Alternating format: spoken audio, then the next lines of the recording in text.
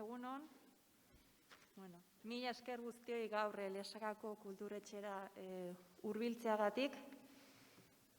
Gaurko saioa prestatzen ari ginenean, gure intentzioa zen 40 lagun elkartzea. Eta bizi dugun egoerakin nahiko zaila ikusten ginen hainbertze jende elkartzea, eta konten gaude helburu hori gainditu dugulako.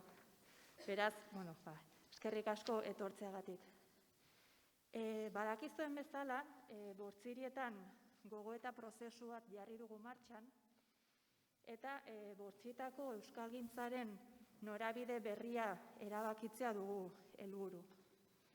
Eta horretarako herritarrekin 2 saio antolatu ditugu.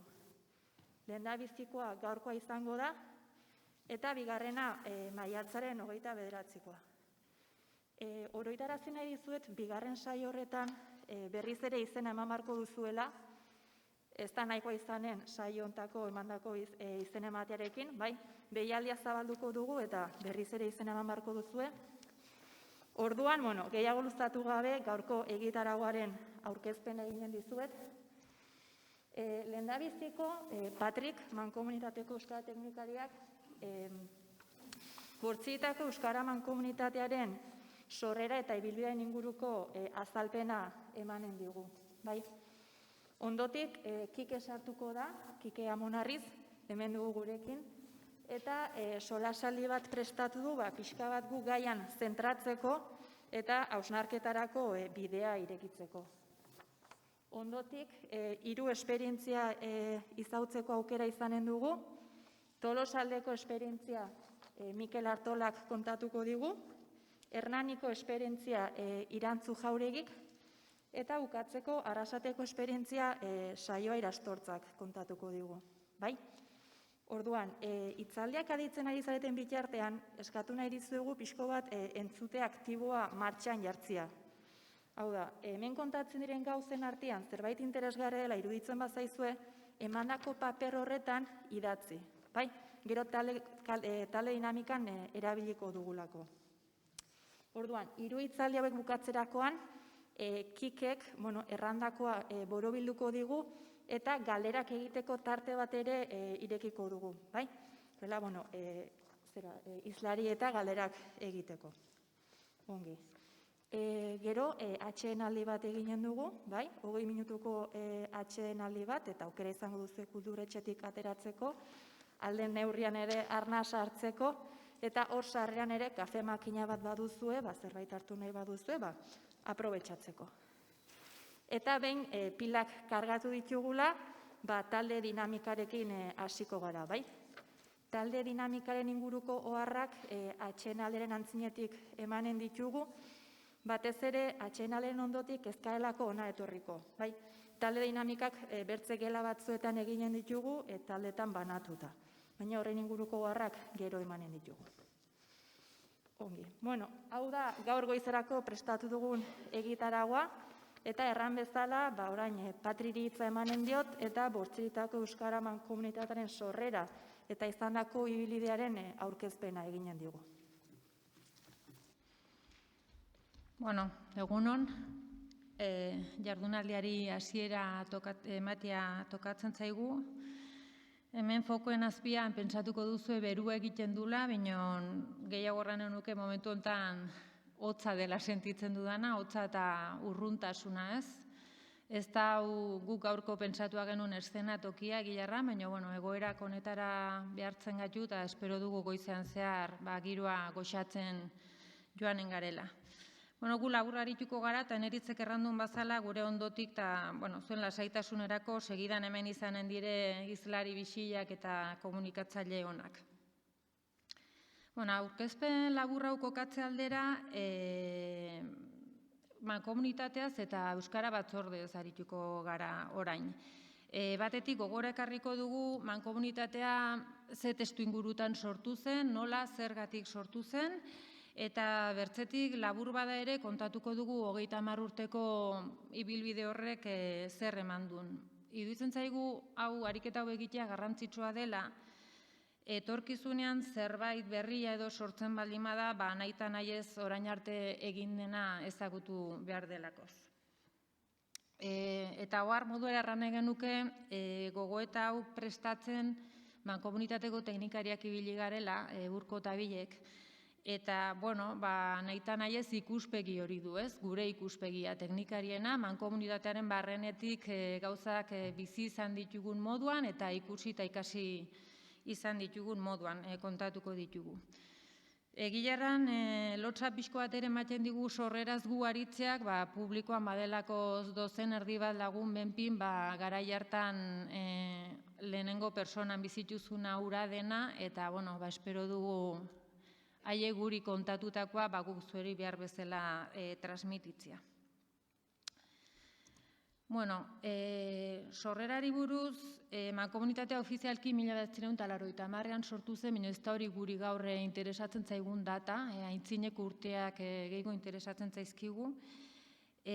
Oroar, 80. hamarkada, behar badak Gibelera gore joaten algara, baina 80. hamarkadan ez Bortziritan bakarrik, badakizu izan zela mugimendu sozial eta kultural indartsu xamar bat, Bortziritan ere bai, eta Bortziritan sortu zen mugimendu horrek argi ikusi zuen gure eskualdean euskalgintza antolatu beharra zegoela. Eta, taldetxo batek Bortzirietako Euskara Batzordea sortu zuen.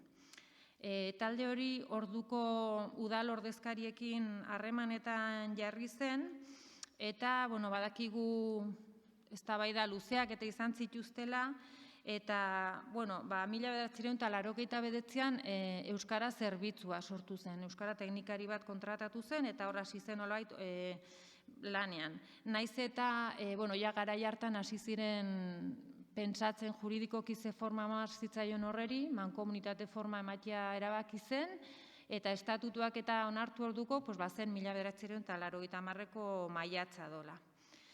Badakigu aukera unitz aztertu zirela garai hartan, baina erabaki zutena izan zen erakunde misto bat sortzia, eta nolabait mankomunitatea izatea aterki bat, eta horren azpian lan eginen zutela instituzioek eta mugimendu sozialak, euskararen aldeko mugimendu sozialak.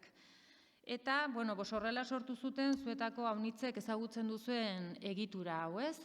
Herri bakotxerako Euskara Batzorde bat sortu zen, Euskara Batzorde horitan daude udalak izendatutako ordezkariak, alkatea ozin egotziak, Arantza Etxalarreta Igantziko kasun udaletik ordezkari bana, eta Berata Lesakatik bina ordezkari. Eta hor da zaparte, Herri Bakotxeko batzordean, biltzen dire, bertako kultur elkarte, ikastetxe, bertzelako elkarte, bertzelako eragileen ordezkariak, eta norbanako euskaltzaleak. Inor ordezkatu gabe, honetan aritu nahi duten herritarrak. Gero, hau azkenin erakunde publiko bat denez, toki entitate bat denez, derrigorrez behartzun organo ofizial hori ez, hemen batzorde erabakitzailea deitzen dena, eta udalean osoko bilkura izaten aldena ez. Hor, izenak dion bazala, erabakiak hartzen dire, eta erabakiak hartzen dituzte udal ordezkariek. Lehen errandugu proportzio hortan, ez? Arantza Etxalarreta Igantzitik udal ordezkari bana, eta Berata Lesakatik bina ordezkari. Eta, gero, gure ustez, mankomunitate honek zerbait berexia baldin badu aholkularitza batzordearen figura da, ez? Aholkularitza batzordean biltzen dire herrietako, Euskara Batzordetako kideak, baina udal ordezkariak ez direnak, ez?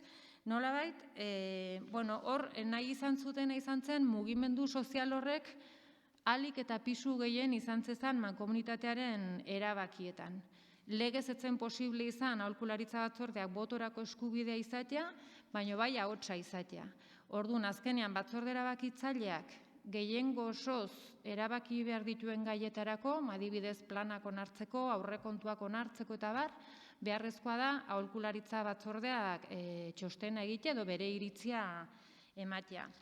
Gero solastuko naiz berriz honeri buruz, baina iruditzen zaigu organo hau edo figura hau gerora ere gutxinez kontuan hartu beharrekoa dela.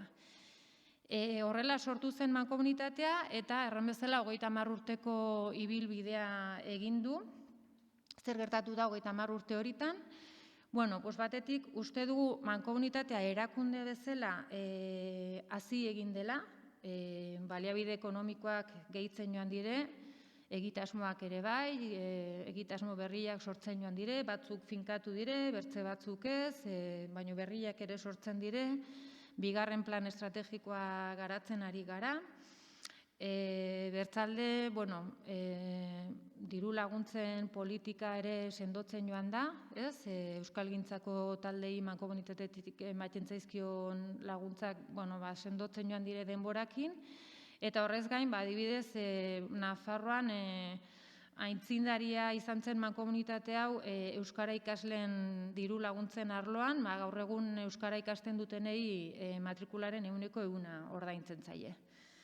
Ekipo teknikoa ere sendotzen joan da denborakin, mankomunitatea euskara teknikari batekin abiatu zen, 2000 urtean bigarrena kontratatu zen, eta 2009tik aintzinera administrari bat ere bada.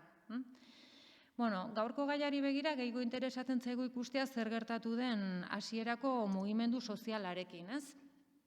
Guk uste dugu, batzordeen bidez, eta batzutan, batzordeak indartuz, mugimendu sozial horrek une eta ekimen zehatzei eta baita zailtasun garaietan ere arrakasta handi xamarrakin erantzuteko gaitasuna izan dula, ez?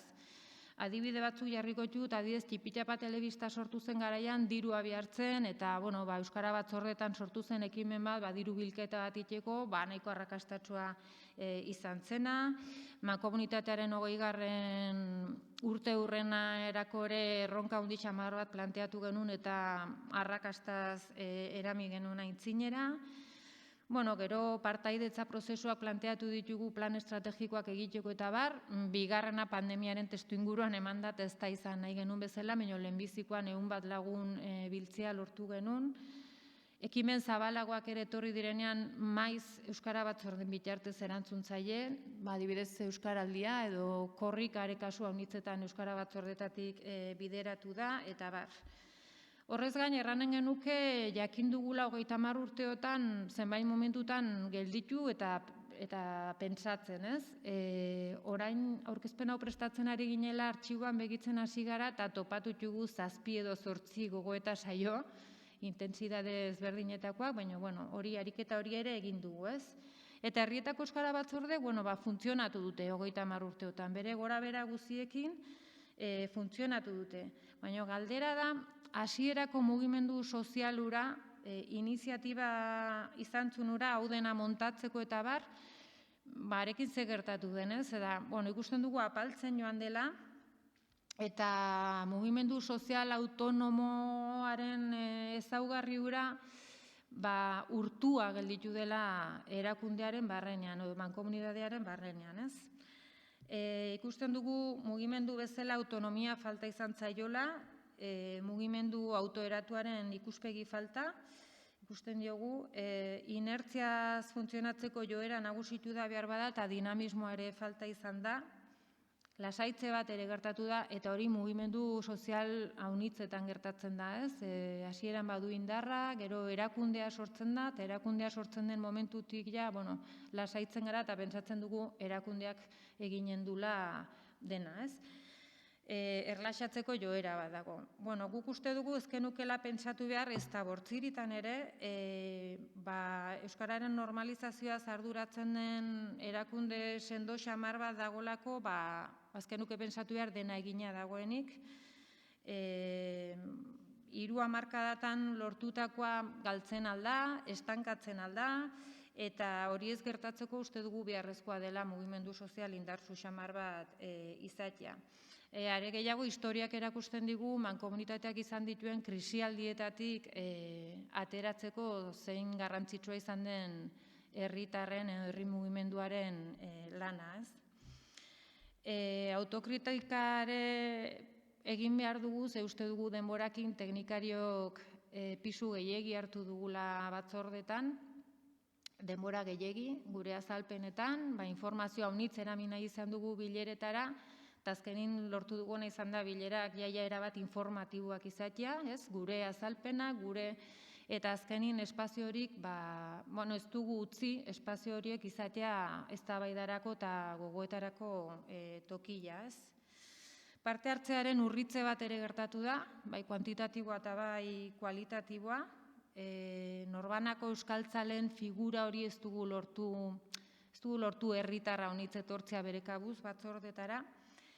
Eta bertzalde aunitzetan kultur talde eta eragile ezberdinek batzordetara etorri diren ordezkariek bete duten funtzioa ere batzutan nahiko epela izan da, ez? Errelebo falta ere izan da, eta errelebo falta zari garenean ez gara bakarrik errelebo generazionala zari, egia da ez dugula izan gaitasunik jende gaztea batzordetara erakartzeko, hori da bat, baina bertzetik ikusten dugu adibidez ikastetxe batetik. Urtetan ordezkari bat etorri baldin bada eta personarre momentu batean utzi baldin badu batzordea, horren erreleboa ez dugula lortu, bai. Transmisioan ere hutsune bat gertatu da, hau ere autokritikarako da. Joan den irailean bertze bilera batin geundela, herritar batek aipatu zuen gaur egun gazteek ez dutela ezagutzen hemen hizkuntz normalizazioan egin den lana, eta ideia horrekin itzuli ginen gu bulegora eta eran genuen, baina ez bakarrik gazteek, ez? Batzordetara kide berri bat etortzen bada tarteka, kide horire bileran sartzen da eta inork ez dio esplikatzen. Nora heldu den, zer dago nor, zergatik egiten diren gauzak, eta orduan hor transmisioan hutsune bat dago. Eta are gehiago, sumatzen ari gara legislaturan hasieratan ere, udal ordezkari batzukin ere gertatzen zaigula hori. Ez dutela deus ezagutzen egitura oneri buruz eta historia oneri buruz. Eta hor badugu lan bat egiteko. Hau zen goti beti ibilbideari buruz kontatu nahi genuna. Hitzez gehiko erraten alda, baina gaurko gogoetari begira ari gara beti ere. Orduan, hemendik aintzinera zer? Euskalgintzaren gogoeta prozesu hau ez da gaur hasi, martxoaren 26an hasi zen. Egun horretan elkartu ginen Bortziritako, gaur egun Euskara batzordetan dabilen jendia, eta egin genuen ibilbidearen errepasoa eta orain bezala, ariketa batzun bidez eta hola, baina batez ere pentsatu genuen galdera baten bueltan planteatu behar genuela bilera hura. Izan ere, azken urteotan batzordetan maiz aipatu da Euskara batzorden bide hori agortua dagola, ez dula gehi gorako ematen, eta orduan erran genuen heldu behar diogu gai horreri, eta konkretuki bozketa bat planteatu genuen galdera honen inguruan. Bat gatoz, orain arteko Euskara batzordeen ibilbidea agortutzat ematearekin eta Euskararen aldeko mugimendu sozial berria sortzeko prozesuari ekitearekin. Eta hor, azpian ikusten duzen hori izan zen bozketaren emaitza, orduan batzordekide gehienek baiezko eman zuten, ezezko bat izan zen, eta bakarra izan zen, ez daki ez du erantzun zera mota horretakoa, ez? Erabaki hau ez da lotesle, errandugun bazala honek ukituko lioke zuzenean mankomunitatearen egiturari eta hori batzorde erabakitzaileak onartu beharko luke, baina azken finean hau da gaur egun batzordetan dabilen jendearen iritzia, ez? Orduan hau horrela izanik, zer gelditzen zaigu hasieran azaldu dugun egitura horretatik. Ez, batzordeek erabaki hori edo bide hori hartu baldin badute, derrigorrez gelditzen zaigu batzorde erabakitzailearen figura, komunitatea existitzen den bitartin organo hori horregoneta erabakiak hartu behar ditulako, eta gelditzen zaigu aholkularitza batzordearen figura.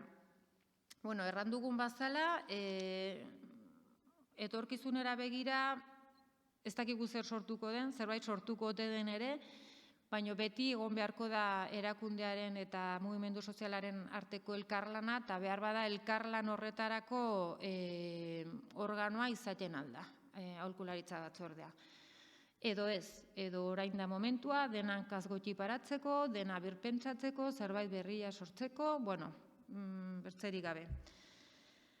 Eta orduan, orain zer, erran bezala ez dakigu prozesu honetatik zerbait berririkan sortuko ote den, sortzen bada ere ze antolamentu izanen duen, nola funtzionatuko duen, baina uste dugu gogoetan hasteko behintzat badirela zenbait gai, gehiago ere baina guk gaur hemen 4 gai planteatuko ditugu, kartulinan dituzuenak dire, eta azalduko ditugu. Lehenbizikoa da talde eragileari buruz. Uste dugu, dena delako mugimenduren bat martxan paratzea erabakitzen badugu, derrigorrez beharko dugula izan taldetxo bat, hori antolatzen, hori nola egin pentsatzen arituko dena. Eta talde horrek izan beharko du anitza, batez ere adinari dagokionez, maizegi aditzen dugu hori gaztik egin behar dute, baina guk uste dugu adin guztietako jendik egon beharko dula hor, esperientzia ezberdinetatik datorren jendia, eta batez ere bortz herrietako jendia izatea. Bigarren puntu horrekin lotua dago eskualde ikuspegiarekin. Gure ikuspegitik bai edo bai eskualde mailan egin behar da hizkuntz normalizazioaren aldeko lana. Uste dugu herriz herri ez dugula indarrik hau egiteko. Bertzalde, iruditzen zaigu orain dela 30-35 urte honetan aritu zen jendik, guk bino puskaz argiago zula hau, argi izan zuten hasieratik eskualde mailako egitura bat egin behartzela, eta herri bakoitza bere kabuz ez zela gai hau egiteko.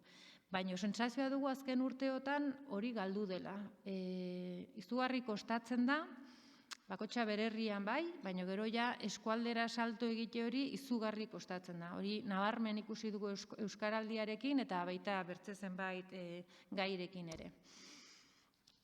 Bertzalde, uste dugu garaia dela ere pentsatzeko erdigunean non egon behar den. Honen guztiaren egoitza non egon behar den. Uste dugu mugimendu honeri ikusgarritasuna eman martzaiola eta erreferentziala izan behar dula. Sortuko den mugimendu sozial horrek, naiz mankomunitatearen egoitza, praktikotasunari eta erreferentzialtasunari begira non kokatu behar diren eztabaidatu behar da, gure ustez. Eztabaida hau 2013an ateri zen ja, 2000 plan estrategikoa lantzen ari ginenean, eta hor dago bueltaka. Bere garaian mankomunitatea arantzan kokatzea erabaki zen batez ere arrazoi simboliko batengatik, arantza zelako herririk euskaldunena, eta bertzalde garai hartan egia da zerbitzu pila bat sortzen ari zirela, gehienak Lesaka eta Beran kokatzen ari ziren, eta pentsatu zen herri txikietan ere kokatu behar zirela zerbitzu batzuk. Baina gure ustez igual balantzan paratu behar dugu kokapen horren arrazoi simboliko hori alde batetik eta bertzetik praktikotasunari begira, erreferentzialtasunari begira, ikusgarritasunari begira, nun egon behar duen honek kokatua. Nun ditugu herritar gehien, nun dago behar gehien, nun dago mugimendu gehien, igual buelta batzuk eman behar dizkiogu horreri. Eta azkenik, mugimendu soziala sortzen bada ere eta modu autonomoan eta hori da desio duguna, beti ere pentsatu beharko dugu instituzioarekin elkarlanean aritu beharko dula. Orduan, bien arteko funtzio banaketa bat egon beharko da, baina bertzaldetik elkarlan bat ere egon beharko du. Eta elkarlan hori nolakoa izanen den ere pentsatu beharko dugu. Hau dire guk gaurko planteatzen dugun gaiak, batez ere, Eneritzek aipatu du goizaren akabilan izanen dugu horretarako talde lana.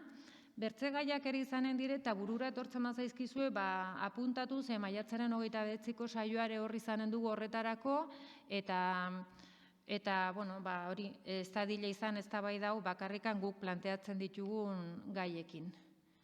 Eta, nire partetik hori zen dena, eskerrik asko, eta guain ja Kikeri emanen diogu hitza. Urko etorriko da, aurkezpena egitera.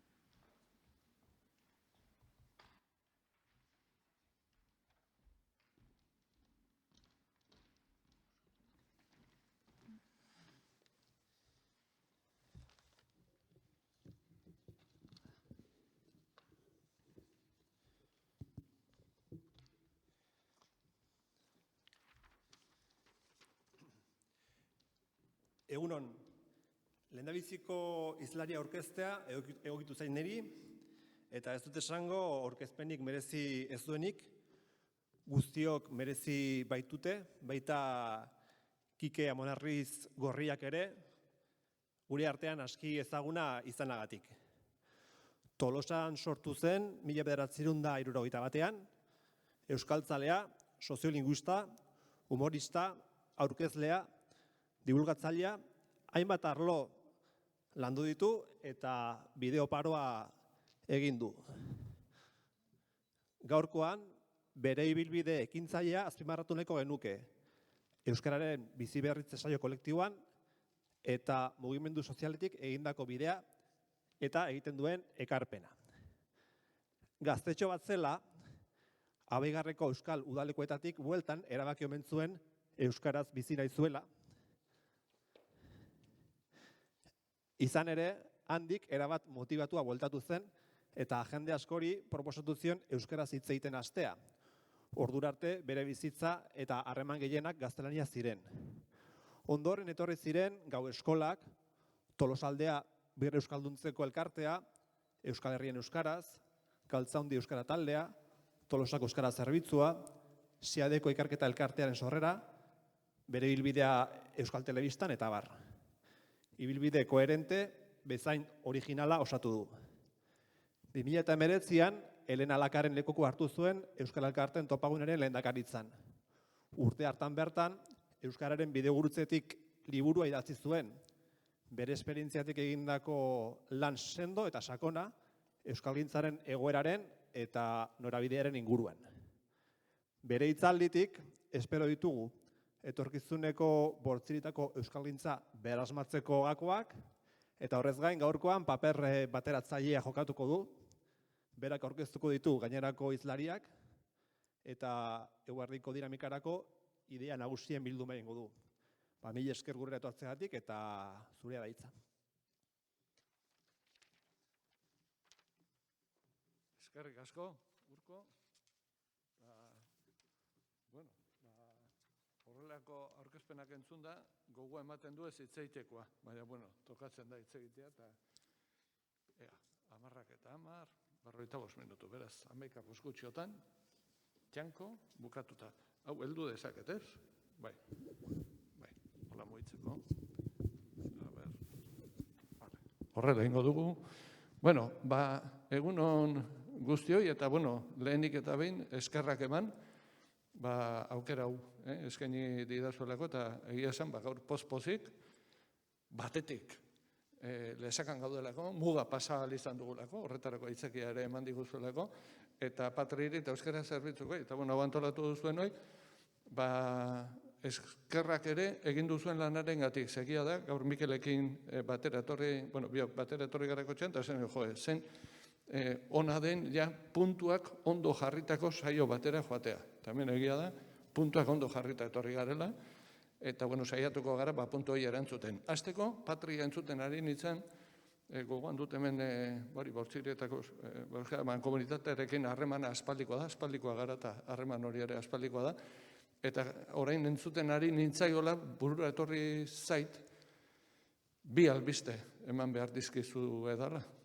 Bata txarra eta bestea ona. Zego naiz txarretik. Albiste txarra da, etzarete originalak. Eta albiste ona da, etzarete originalak. Uste dut hemen mai gainean dauden gai hauek, askoren kezka direla, gure kezkare badira, topagunetik esaten dut orain hori. Eta islatzen dutela, behar bada fase aldaketa batean gaudela, eta Patrik esan zian, hasi berriro esplikatzen pixat bidegurutzearen ideia. Orduan horrekin hasi egun nahi, honekin badu, zer ikusia.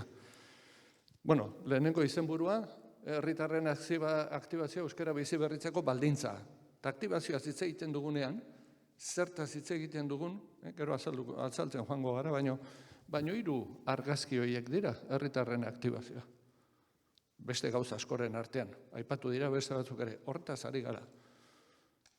Eta hori da ezinbesteko baldintza, ez da baldintza bakarra, baina ezinbesteko da hori gabe, prozesua gelditu egingo litzateke.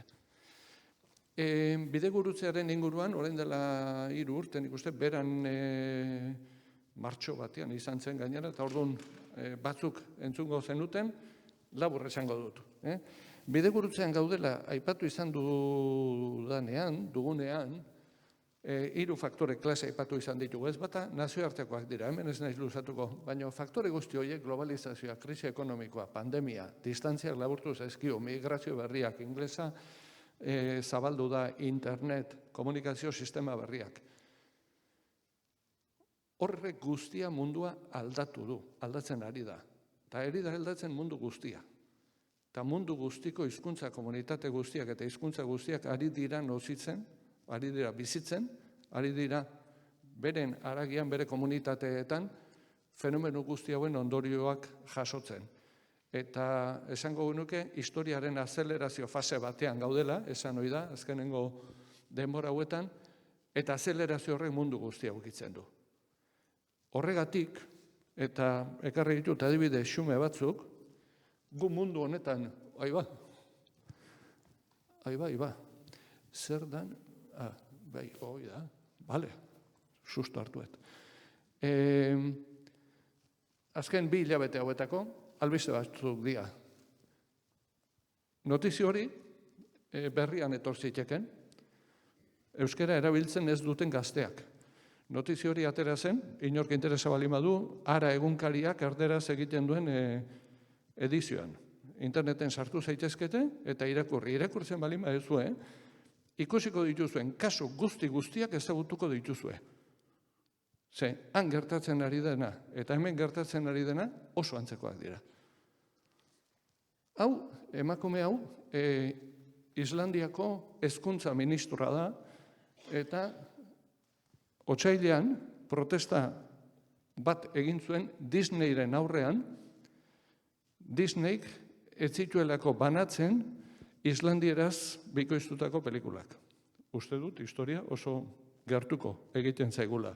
Islandia da, estatua da, irla handi bada, eta hala ere kezkatuta daude. Reykjavikeko alkateak, orain dela urtebete esate zuen, kezkatuta zegoela, islandieraren etorkizuna ea bermatuta zegoen edo ez. Hau, gaur bertan, atzo jakin genuen,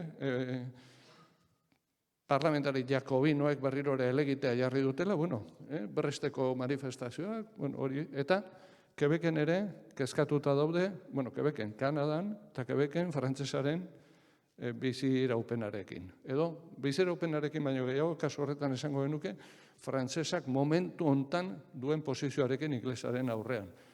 Joan gaitezke, Txinara, eta ikusiko dugu, Txinako gobernua Mongolieraren aurka eramaten ari diren neurriak nolakoak diren, mundu guztia ukitzen duen fenomeno badau. Eta hor fase aldaketa bat ere ikusten da. Osea, hau gero eta gai internazionalagoa izango da.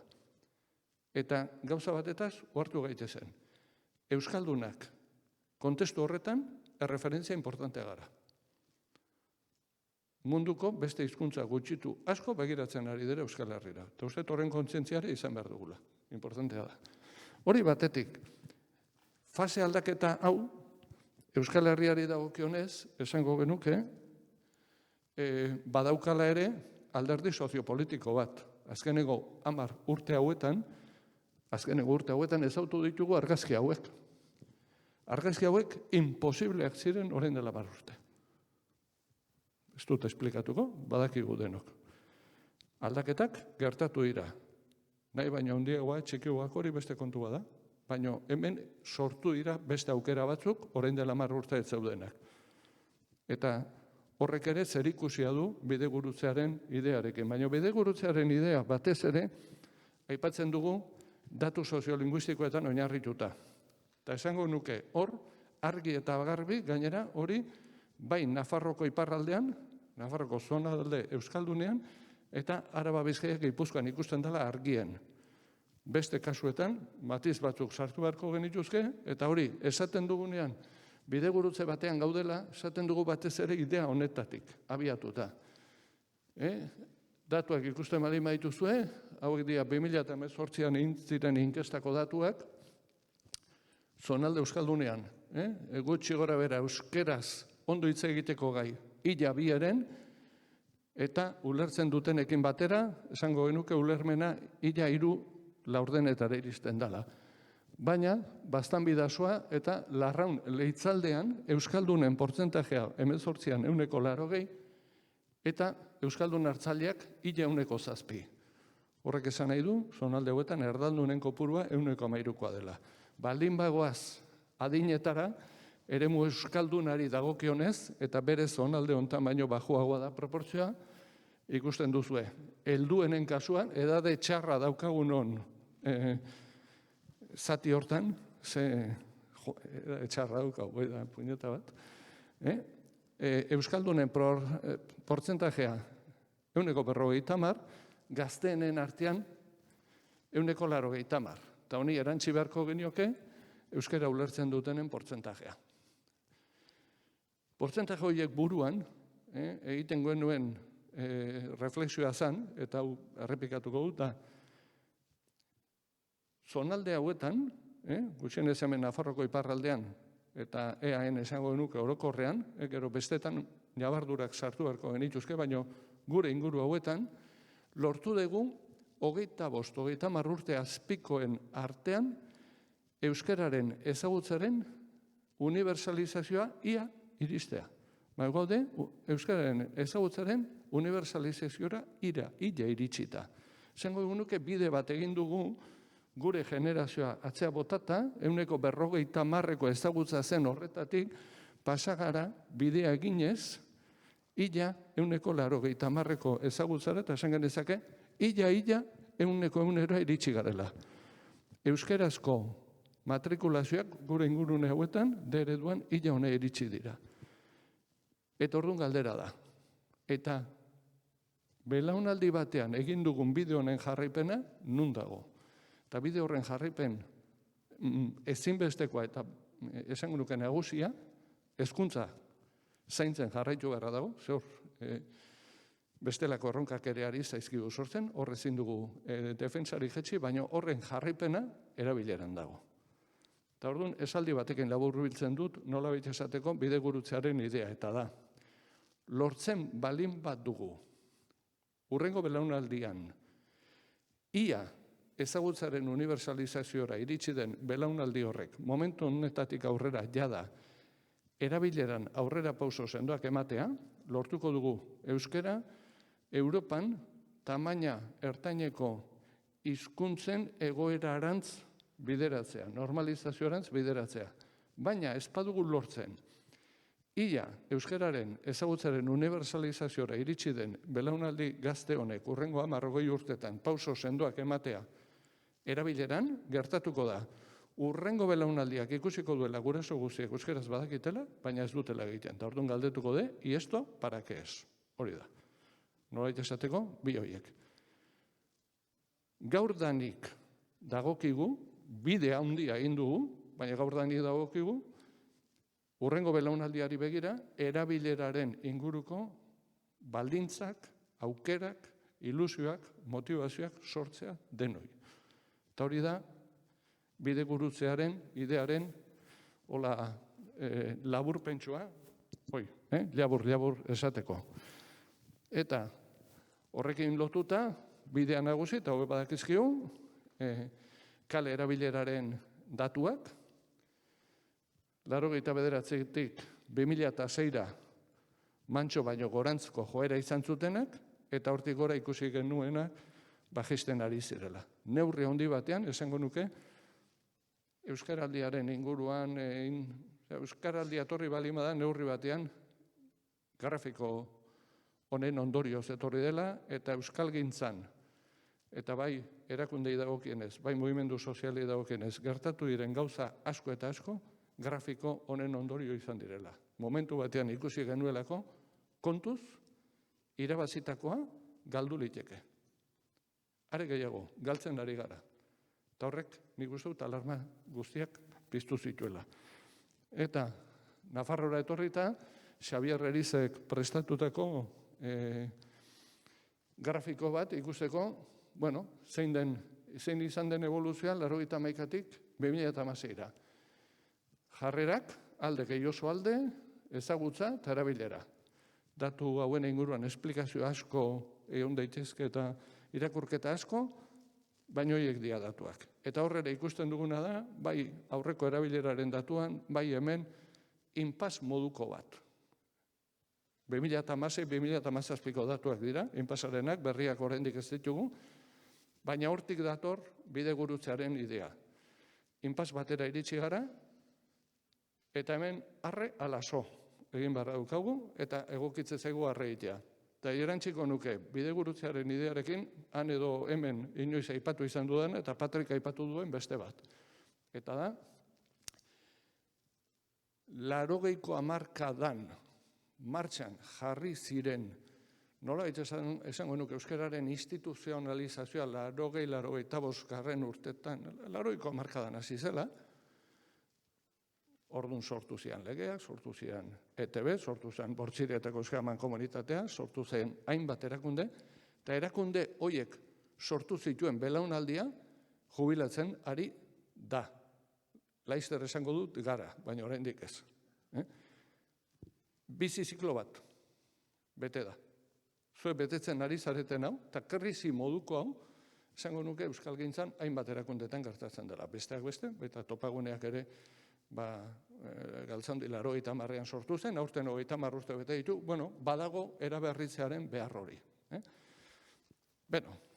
Hori, esan da gero, horregatik esaten dugu, momentu klabe batian gaudela, eta momentu honetan aukera handiak ditugu, segurazko gure historian izan ditugun baldintzarik onenak ditugu, normalizazio prozesu bati modu sendoagoan emateko Euskal Herri osoan, gero sartuko indateke, matizekin, jabardurekin, baina egin da irakurketa bat, azkenengo, gure historiaren azkenengo 100 urteak, esango nuke, noiz izan ditugu baldintza hobeak Euskal Herri osoan, hizkuntza normalizazio prozesu bati ekiteko. Baldintza hobeak nahiko genituzkela ez daukat dudarik. Baina guazen analizi erreal bat egitea. Hobetu ditzagun, baina ezagit hobeak izan ditugun. Orokorrean. Baina asmatu behar dugu, baldintza berri horietara egokitzen. Ez dira orain dela 30 urtekoak. Ez digute balio, nik askotan esaten duena, ez planteamendu eta ez diskurso 80eroak. 40 urte pasa dira, eta ez alperrik. Astinduak behar ditugu.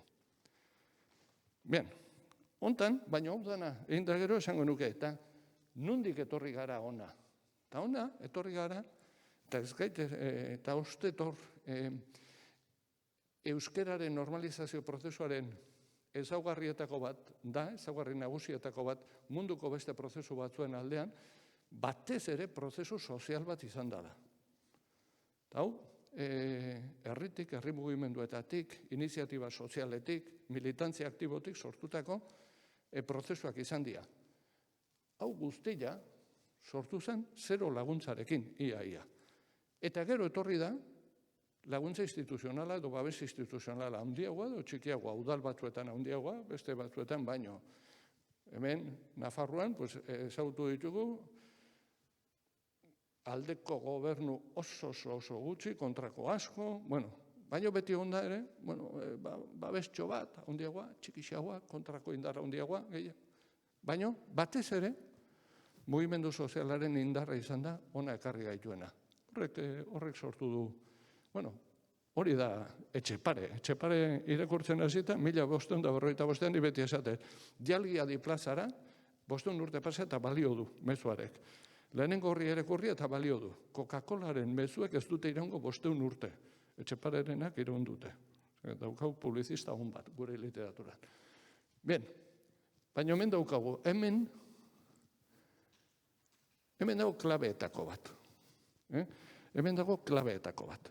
Eta klabe hori, esango nuke eta hori apizkate behiratu ingo dut, zebestean enrollatu ingo naiz.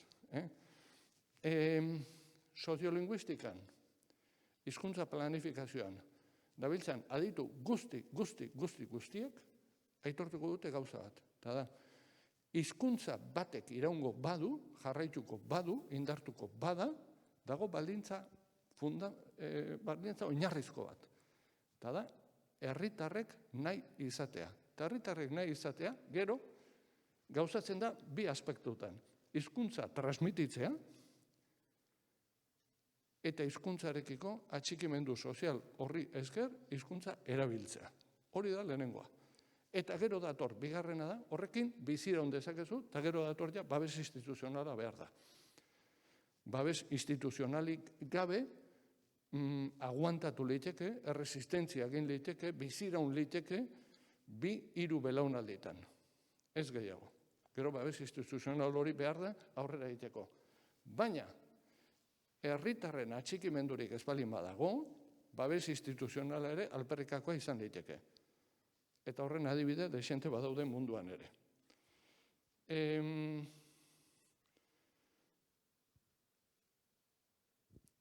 Horrekin batera, esango genuke, bi arrisku ere baditugula momentu hontan.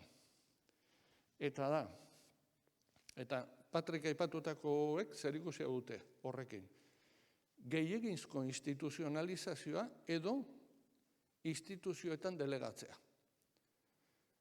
Eta hori gertatzen ari zaigu neurri batean. Badago delegazio bat, gainera, badago sensazio bat gainera, belaunaldi gazteetan handiagoa, behar bada gurean baino eta da, hau badijoa. Eta, badijoa. Eta egingo dute, ari dira egiten. Horrek arrisku handia dauka. Eta da, dinamika sozial hori ahultzea, eta esango genuke, hizkuntzaren biziberritzeak behar duen autu personal hori, konbentzimendu personal hori, jarrera personal hori ahultzea. Hori bat. Eta bigarren arriskuara izan liteke, herritarren eskaerarik ez badago, herritarren presiorik ez baldin badago, instituzioak ere bertan goxo egitea eta relajatzea. Ez badago eskaerarik, kito. Orduan, arrisku horiek hor baditugu.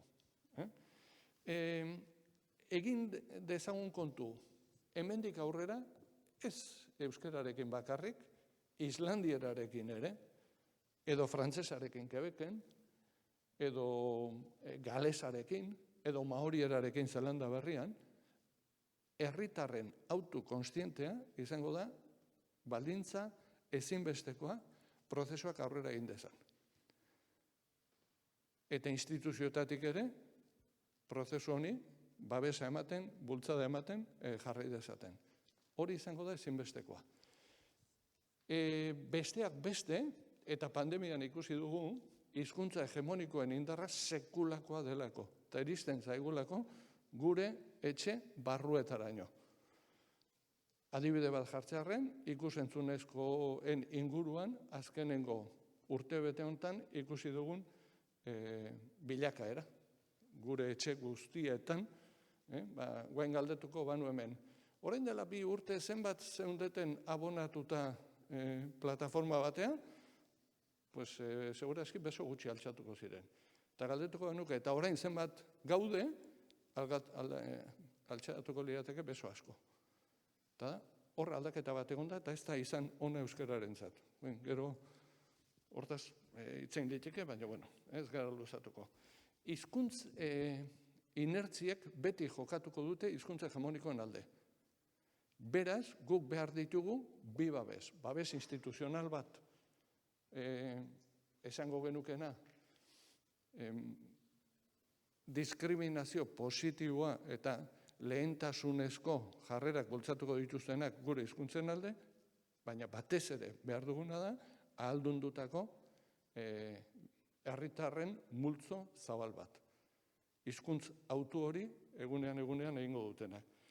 Ze egin kontu hizkuntzaren biziraupena 3 mailatan jokatuko dugu hemendik aurrera. Bata da maila individualean, norberak erabakiko du euskara zenbat, zertarako eta zeinekin egingo duen. Ja ari gara erabakitzen denok elebidunak gutxienez bagarelako eta hurrengo belaunaldia eleanitza. Gero dago maila mikrosoziala. Eskoletan, lantegietan, dendetan, elkartetan nola jokatuko dugu. Eta hori badago neurri handi batean gure esku, bai maila individualekoa eta baita maila mikrosozial hori. Eta gero ja partidaren urrengo zatia ja maila makrosozialean gertatuko da. Ia hizkuntza politika handiagoak edo kasu batzuetan baita Europa edo mundu mailakoetan. Guk bi maila horietan behintzat jokatu beharko genuke eta ondo prestatuta egon gutxienez esparru horietan euskararentzako arnasgunea funtzionalak lortzeko. Eta hori posible dugu. Gure inguruetan oso posible. Egoera hau buruan, topagunearen inguruan, badauko pixka eta hausnarketa talde bat, eta orain dela, pandemia aurretik jabukatuta genukan, pandemia etorri zen, eta iaz kaleratu genuen txosten bat, da, berrindartu eta jauzi. Nahi baduzue, interneten dago sartuta, berrindartu eta jauzi ikusiko duzue.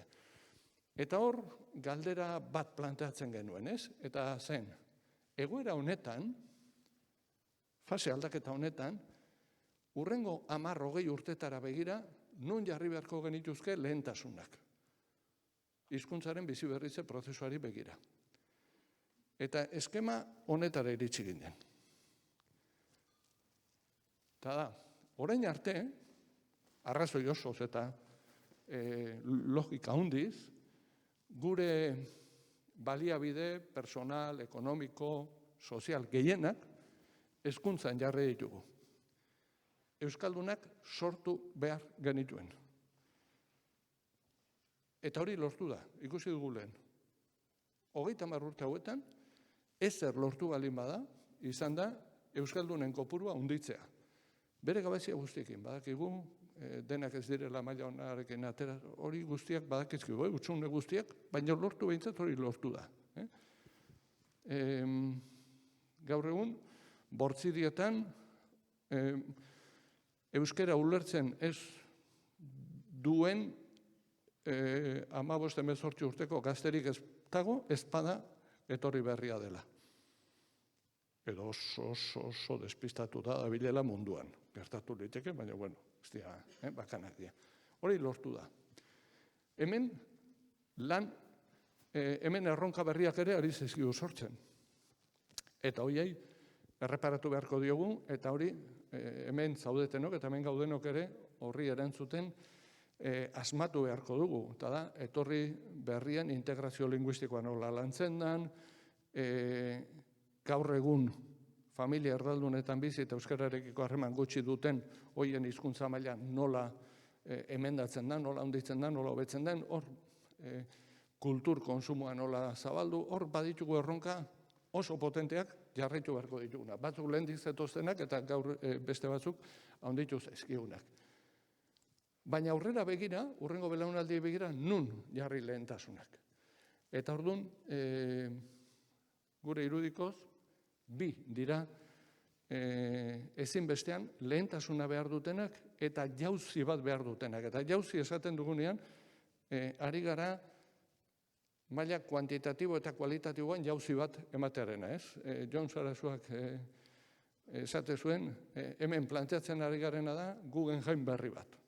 Ari gara ja, ez gauzatxo bat, baizik eta ja, jauzi bat. Eta hori nun, bat, esparru ez formala. Bi hitzetan esateko, eskola ezinbestekoa da, baina eskola ez da nahikoa, hori badakigu. Eta gutxienez gure ingurune hauetan, ikasle guztiak lortu balin badugu, 25, 30 urte azpikoen artean, ezagutzaren ia universalizaziora iristea, ez dago eragozpenik adin hoiei zuzenduriko eskaintzak euskaraz izan daitezen. Hori egoera berria da. Ulertzen dute. Beste histori bat izango litzateke, beste zonaldetan edo iparraldean. Hor ere, handitu beharko da eskaintza hori, eta hor progresibotasun bat markatu beharko da. Baina gure ingurune euskaldunetan, eta demagun, Nafarroko zona euskalduna edo Gipuzkoa, nola esateko, sartuko nitzake Bizkaia eta Araba ere bai, gaur egun 15 urte dituzten gaztei zuzenduriko edozen jarduera euskaraz egin daiteke. Salbuespen emate ongo da, baina orokorren ez dago problemarik. Eta hemen sartzen dira, aisialdia, eremu digitala, kultura eskaintzak, familiak, hor jauzi bat eman diteke. Eta hor sartzen dira, komunikabideak sartzen da, esparru asko sartzen da. Eta bigarrena izango litzateke, esparru sozioekonomikoa. Eta hor ere, planteamendu oso simplea da.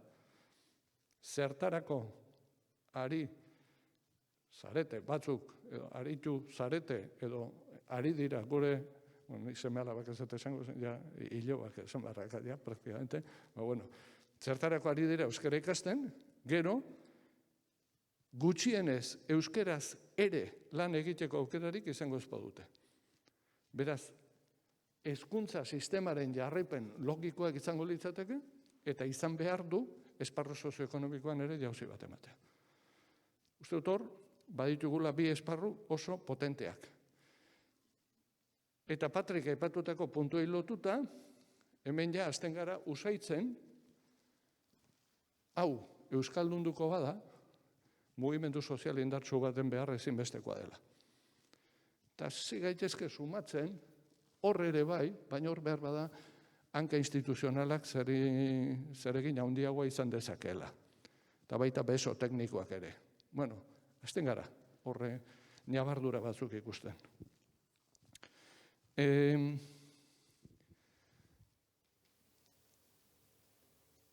Pasako dugu hain, bai. Zer bestela luzatu ingo naizta. Eta prozesu honetan, ze eragile behar dira. Patrik aipatu ditu. Eta hemen, 3 multzo dauzkagu. Bata daukagu erakunde publikoak, oso garrantzitsuak, ezinbestekoak. Daukagu euskalgintza soziala, indartu beharrekoa, eta ezinbesteko hau ere, eta bestelako eragileak, era guztietakoak. 3 hanka hauekin funtzionatzen dugu.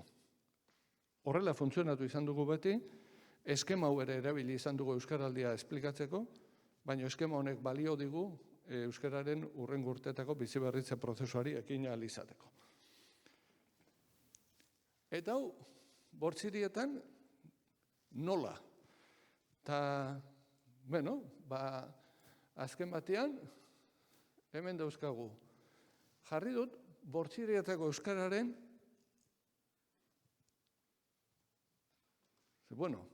berrikuntza garaietan zaudetenez, izango da, bortzirietako euskararen, mankomunitatea izaten jarraitu dezake, mankomunitate berritu bat izan liteke, edo agian, hori zuek erabakiko duzu. Baina oso zer behar dela hor, bai. 5 udalak horiek jarraituko dute, pentsatzen dut, ez? Fusiorik eta ez duzu aurrik usten, ez du ematen, ez? Hola. UEMA hor dago, eta orduan hemen, erakunde publikoetan, hemen, agente hauek hor jarraituko dute. Gero daukau, euskalgintza soziala, norbanakoak, hemen zaudete, eragile batzuk ohikoak direnak, ikastetxeak direla, euskaltegiak direla, ongi dago, eta zer gehiago egon daiteke hor. Eta hori da beste galdera klabe bat. Nola egituratuko da euskalgintza soziala? Eta galdera horri, galdera ikur horri ere, erantzuna hemen eman beharko diozue. Aurreratuko dut, nire ustez, natorren lekutik natorrela gainera, garrantzitsua dela egituratzea. Era batea ala bestera, baina hor nukleo indartsu bat egotea, ezinbestekoa dela gero dinamika sozial indartsuak paratzeko. Eta gero egongo dira beste eragileak, eta hor sartzen dira era guztietako eragileak. Eta hau guztia, sartzen dugu esango nuke perspektiba batetik, eta da, herrigintza berri baten perspektibatik. Ez dira alperrik pasa 30 urte, eta uste dut urte hauetan guztietan ere, hainbat irakaspen jaso ditugula, hainbat esperientzia jaso ditugula, beste hainbat mugimenduetatik ere jaso ditugu ekarpenak, proposamenak, gero irantzuk aipatuko digu, baina feminismotik asko ari gara ikasten, euskalgintzan ere, baina baita bestelako mugimenduetatik ere, eta orokorrean badaiz bat ere askotan aipatzen da orain, gobernantza berria, esaten da. Eta hor, baina gobernantza berri hortan, badago paradigma bat oraindik ere, teorikoki onartzen dena, baina gero praktikara eramatea kostatzen ari dena. Alde guztietatik kostatzen ari dena. Eta da, nola egiten da, administrazioa, erakundeak, euskalgintzak, guztia hori gobernantza eredu batera ekartzen. Teorikoki mundu guztiak onartzen dugu, baina gero praktikan horrek sortzen ditu. Zalantzak eta egonezinak. Eta honek behartzen gaitu neurri handi batean, erakunde bakoitzak prozesu honetan zeukan papera eta lekua ere berrikustera. Hori gero Mikelek esplikatuko du, Tolosa aldean ere hori nola bizitu izan dugun, baina horrek deserotsotasunak ekartzen dizkigu denoi. Eta hori hona da, ez dakit arrasaten ere gero saioa, pentsatzen dut hortik ere joko duela. Eta egin kontu, demokraziak orain dela 30 urte, Bortxiretako euskaren mankomunitatea sortu zenean, hemen praktika zen, botoa eman, ordezkariak, eta puntu hor bukatzen zen nola esateko kontua. Gero etorri zen parte hartze sistemak, hori ja pixa zabaldu da, eta gaur egun Europa mailan nik uste dut ja, eta behar bada bizi ditugun bestelako krisi tipo guztien ondorioz ere, lankidetzan jardutearen premia ere azaleratzen ari da. Baina ez gaude ohituta lankidetzan jarduten, hori ere esan behar da.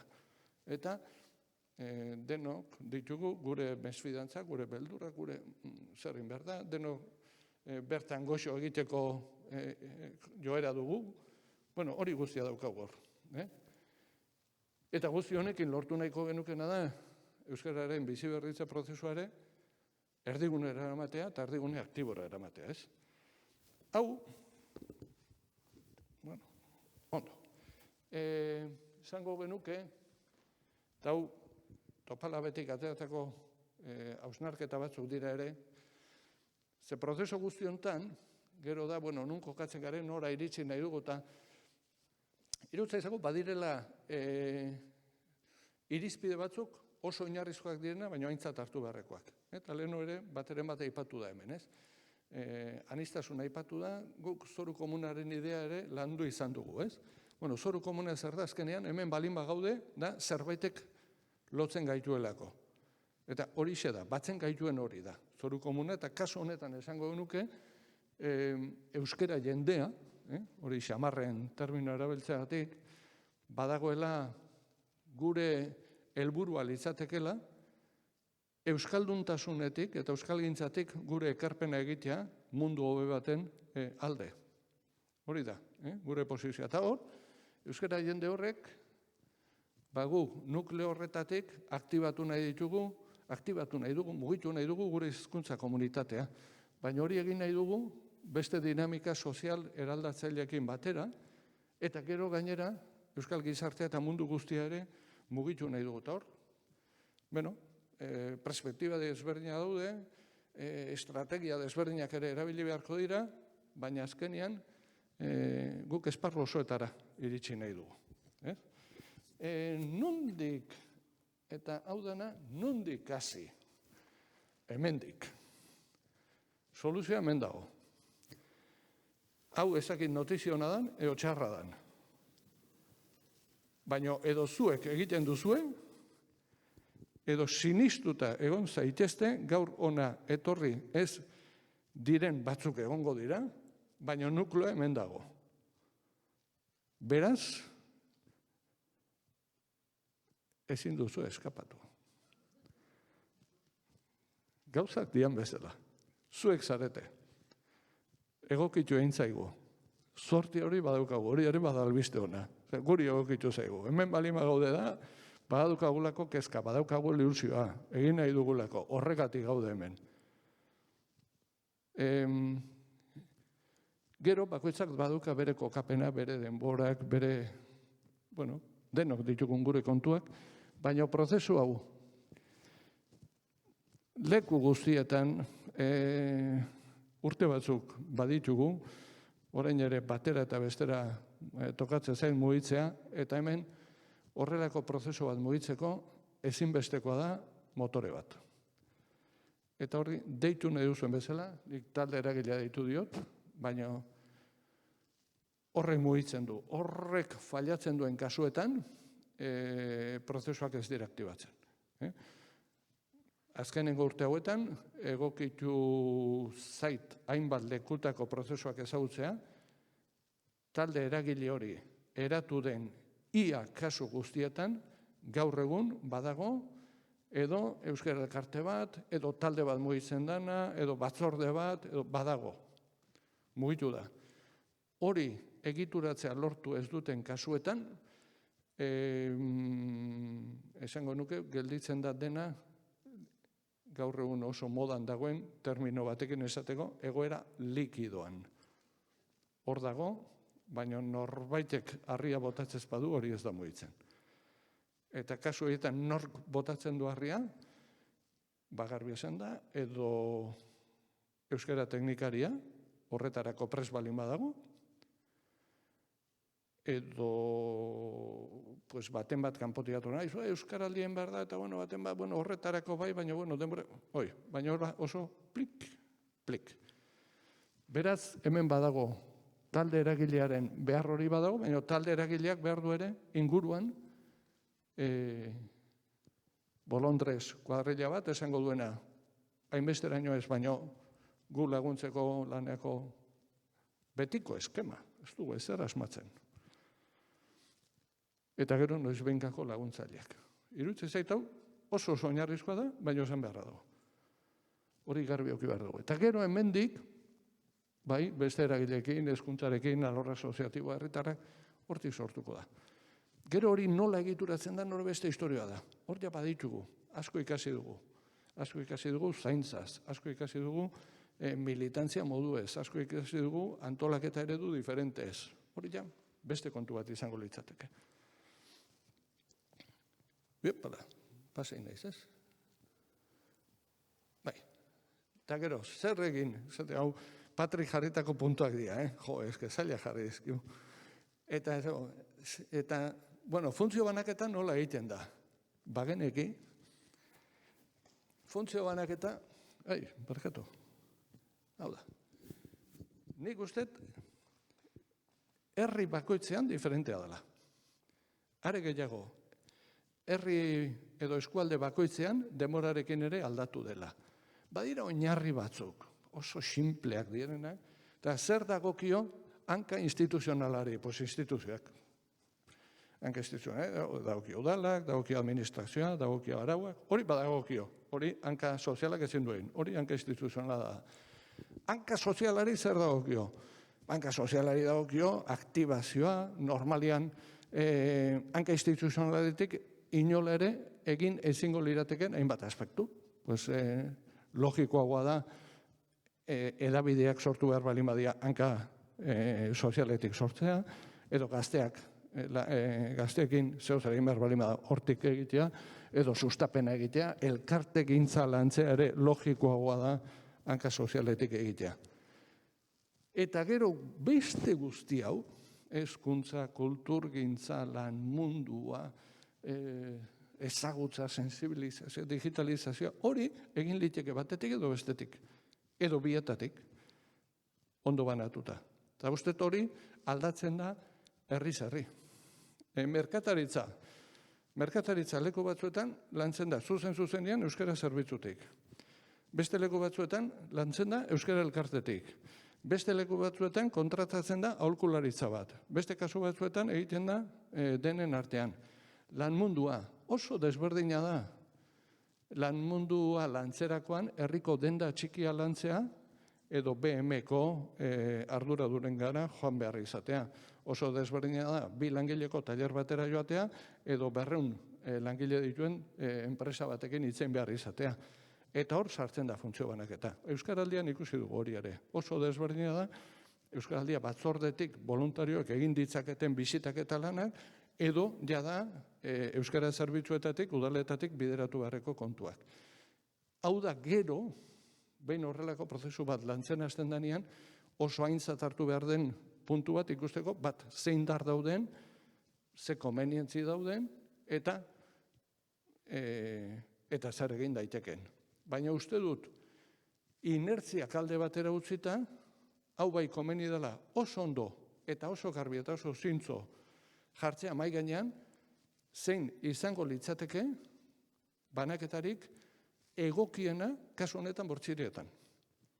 Nor izango litzateken agenterik egokiena esparru bakoitza lantzeko edo esparru bakoitzean bakoitzak ze funtzio izan beharko lukeen. Eta hori ez inertzietatik abiatzea, ez historiatik abiatzea, baizik eta gaur egungo analizi batetik. Eta gero, aintzat hartu beharreko puntu batzuk, eta badakit, txintxo nabil, ez? Bale, bai. Puntu batzuk, eta kotxean elkarrekin etorri garelako, eta pixka txibatu diogu. Bakoitzak gure aldetik prestatu dugu, baina gero, egia da kotxean gentozen, pues atera zaizkio, pues Patriri atera zitzaizkion puntua, Mikeli atera zaizkio, eta nahi atera zaizkize. Hauek dia, egunero, mai gainean ditugun, kezkak. Lehenengoa da, horrelako prozesu batian, ezinbestekoa da, eta oso oinarrizkoa da, baina hola da. Eta da, eragileen arteko konfiantza eta parekidetasuna. Hitzeitea parez pare eta hitzeitea konfiantzan. Hori importantea da. Eta garbi hitzeitea. Iruditzen zait horrelako prozesu batean, historiak pisu handia duela. Motxila askorekin iristen gara maira. Eta bakoitza dauzka bereak, bakoitza dauka bere historia. Alako udalak zer egin zion, alako elkarteri, alako elkartek hau egiten zuela, baina gero, eta zer, alakoak eta alakoak kompetentzia dutela. Bueno, hori guztia gure realitatea da, eta horri ezin zaio izkin egin. Horri begiratu hartzaio aurrez aurre. Baina modu zintzo batian, kontutan izanik planteatzen ari zaretena, hau, Tolosa aldean, komentatu izan dugu behin edo behin, eta guk planteatu nahiko genukena da, urrengo 20 urtetara begirako antolaketan nola antolatu behar dugun euskararen inguruko lana urrengo 20 urtetara begira. Eta hasi ahal, zerotik hasi ahal izan bagina, gaur egun planteamendua zein izango litzateken, eta gero hori erkatu errealitatearekin. Baina uste dut, hor, ariketa hori zintzu egitea importantea da. Patrik aipatu du, Bolondresen eta militanten zaintza eta teknikariekin daukatzen harremana hori, da puntu bat, oinarrizkoa ere. Orain dela 30 urte ja, kezka zen, eta 30 urte ondoren jarri zen du kezka izaten. Banaketa hori ondo egitea, ondo olioztatzea eta biak dira ezinbesteko. Ezinbesteko ditugu teknikariak, eta ezinbesteko ditugu bolondresak eta militanteak. Eta jakin behar dugu ondo, bakoitzak zer egin behar duen eta nola egin behar duen.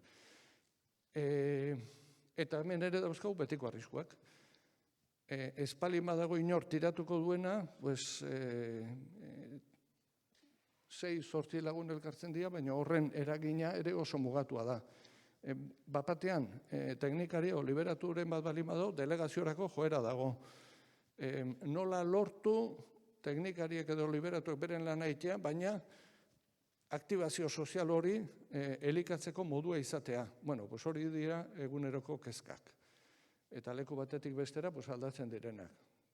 Gero Mikelek osatuko du, baina gure konklusioa da, bi figurak ezinbestekoak direla, baina asmatu behar dugula batez ere aktibazio sozial hori elikatzen. Eta hori ez da beti erresa. Askotan jendea prest dago oso zer egiteko, baina gero ez dakiz zer egin.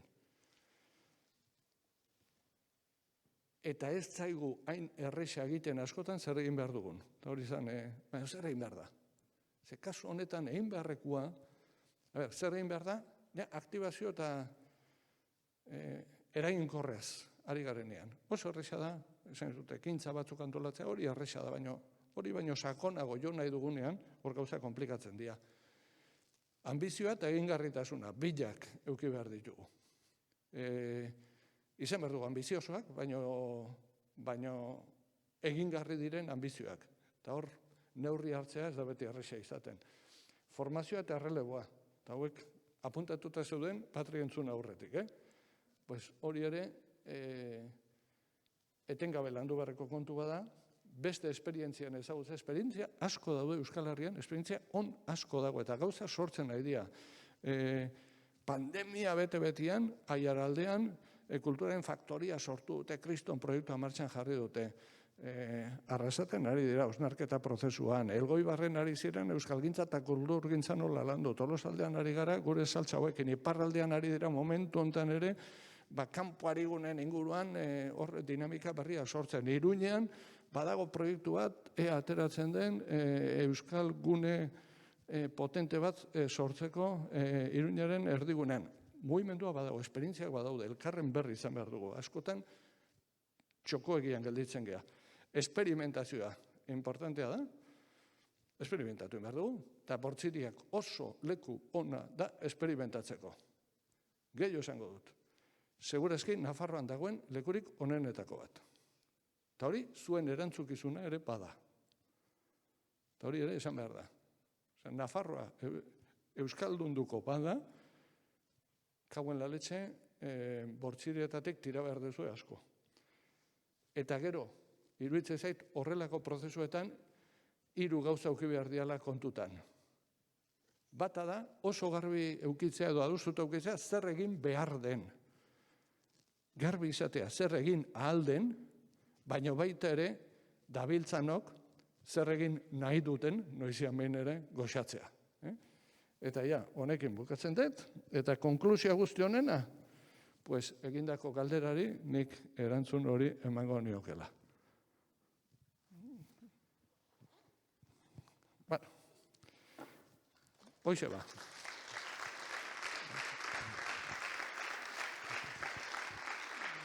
Bueno. Eta orduan, bauen ja, maingurura pasako gara. Ja, puntuak, Patrik neri jarri zizkian puntuak, eta guk puntuak guen jarriko dizkio gure hurrengo 3 gonbidatuei.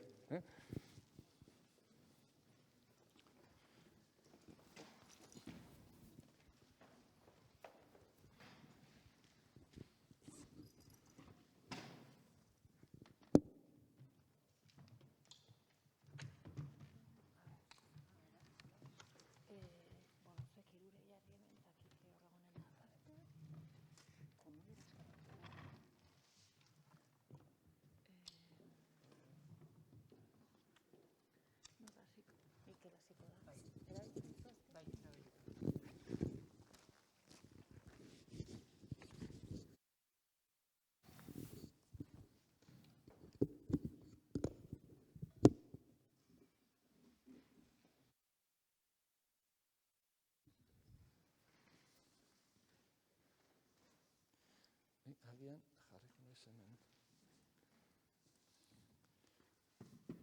Hemen horrela gura hobeto ikusteko.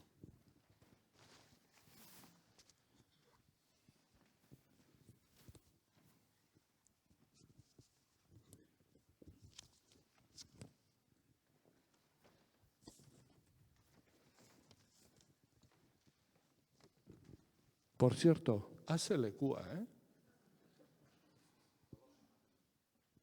Illa,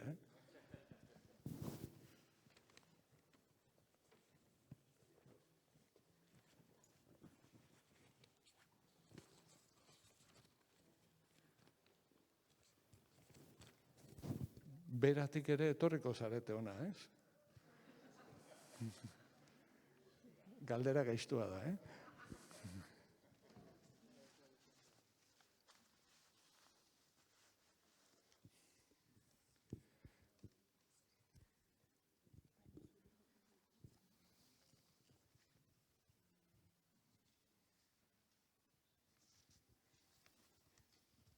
Bueno, bitartean, prestatzen dugun bitartean, aurkeztuko dizuet zeintzu diran, itzengo dutenak. Justu hemen, apuntatuta neukan, hasteko, Mikel Artola Izagirre, alegia Tolosaldea, ez, alegia alegikoa, esan nahi du. Bai, torri, irantzu. Bai, lasai, etxean gaude.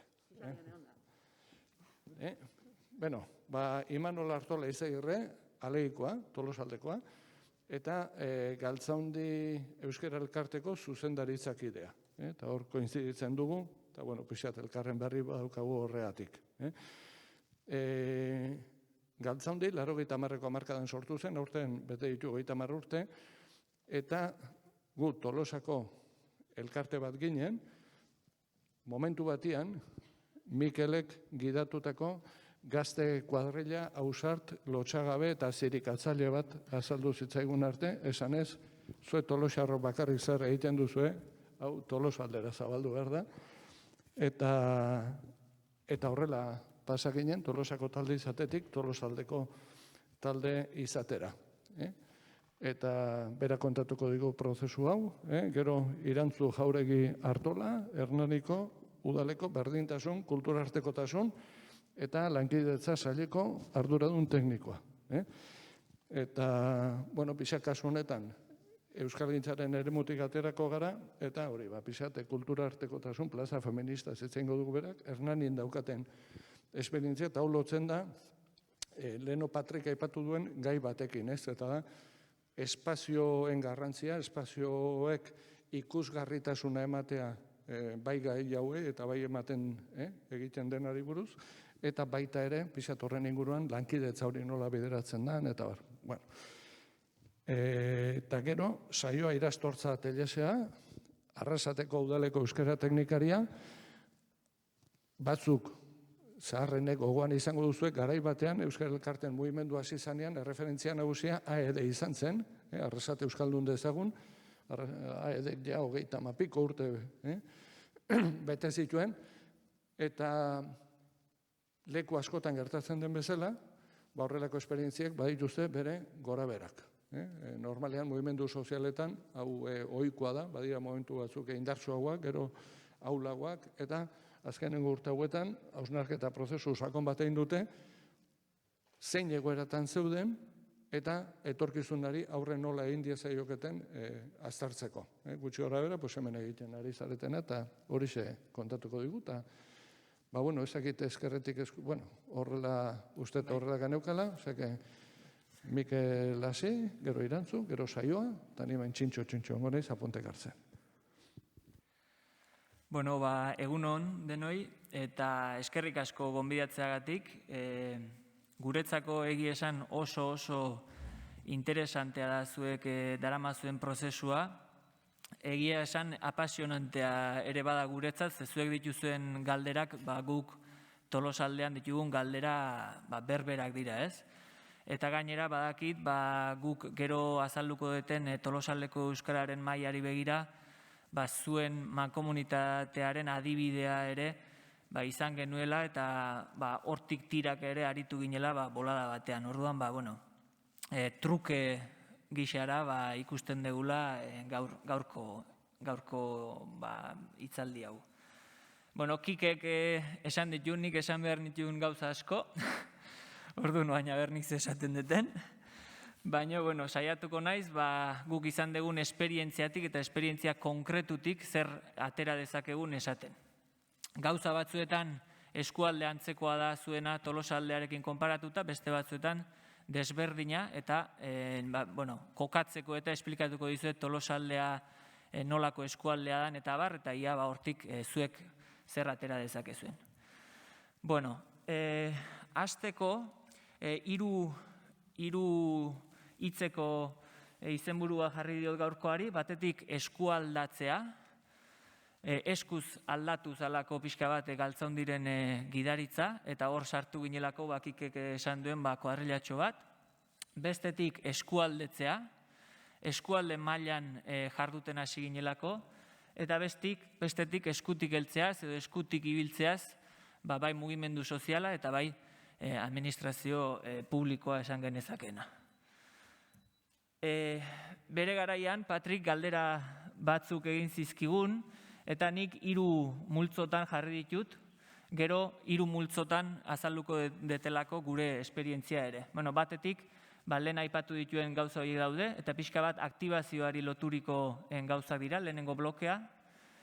Bigarrena izango litzateke eskualde mailari dagokiona, zergatik eskualdea, zer alderdi ditu, ze gertatzen zaigu gero hor. eta bestetik hanka soziala eta instituzionalaren arteko elkarlana, bai? Orduan, hiru hoien artean ibiliko naiz.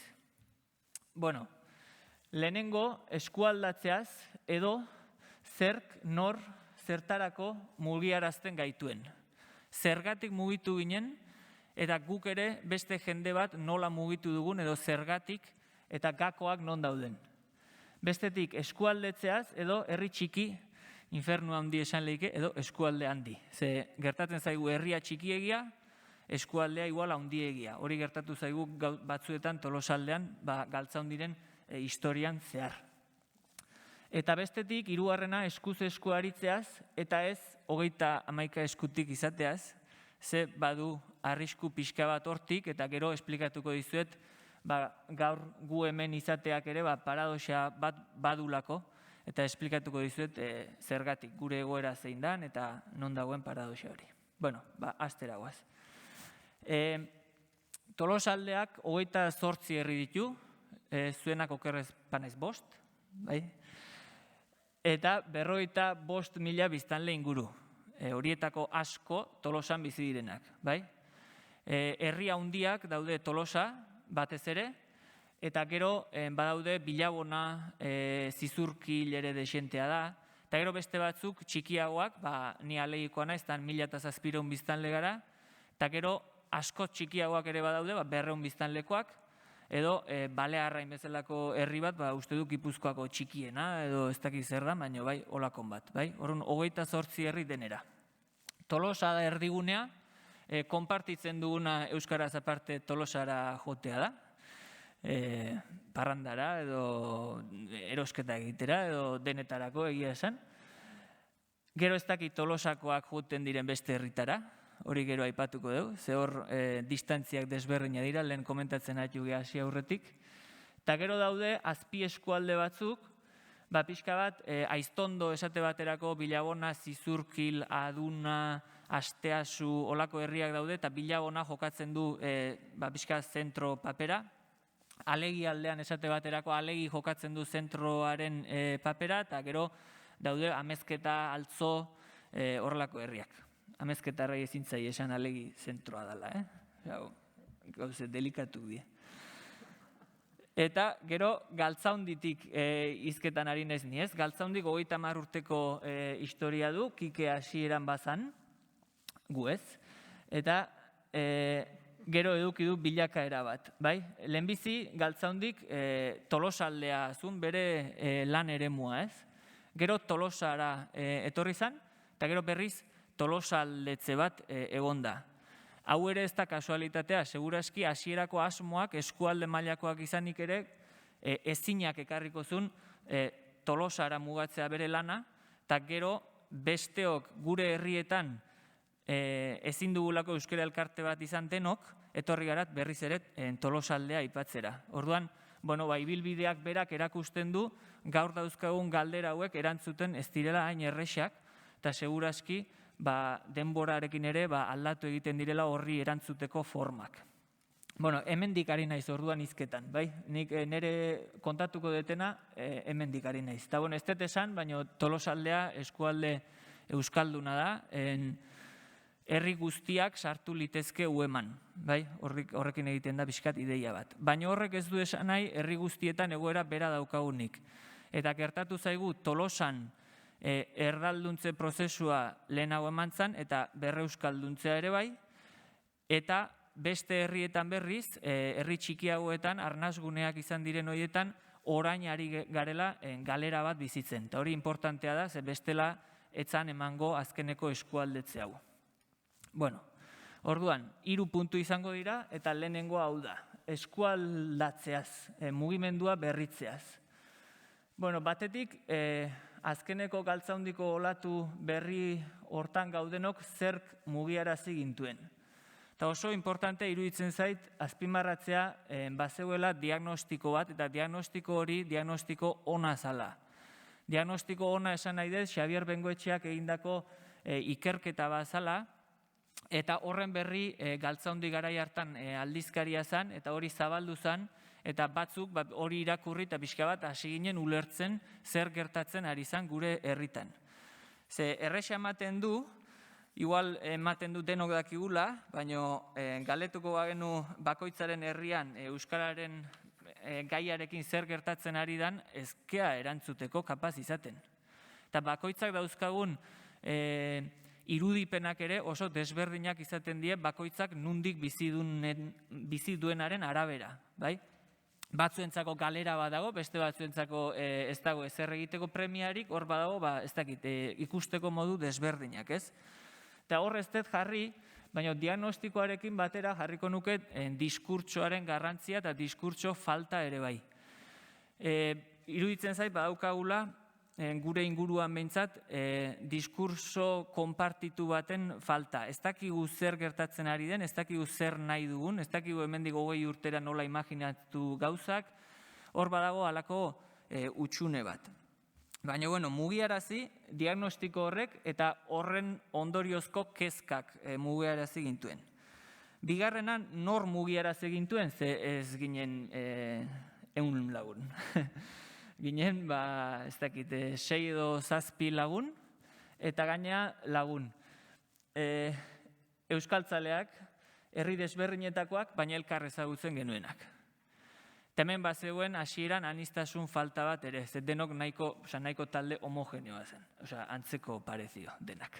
Bai, zaletasunez, ibileraz, gure bizimodua ere antzekoa, adintxu berekoak, bai, batzuk elkarrekin ikasia ginen, pixkat hola zen, bai. Hori bai, bagen nun kontzientzia ala ginela, berdintxua ginela, kontuatzen ginen.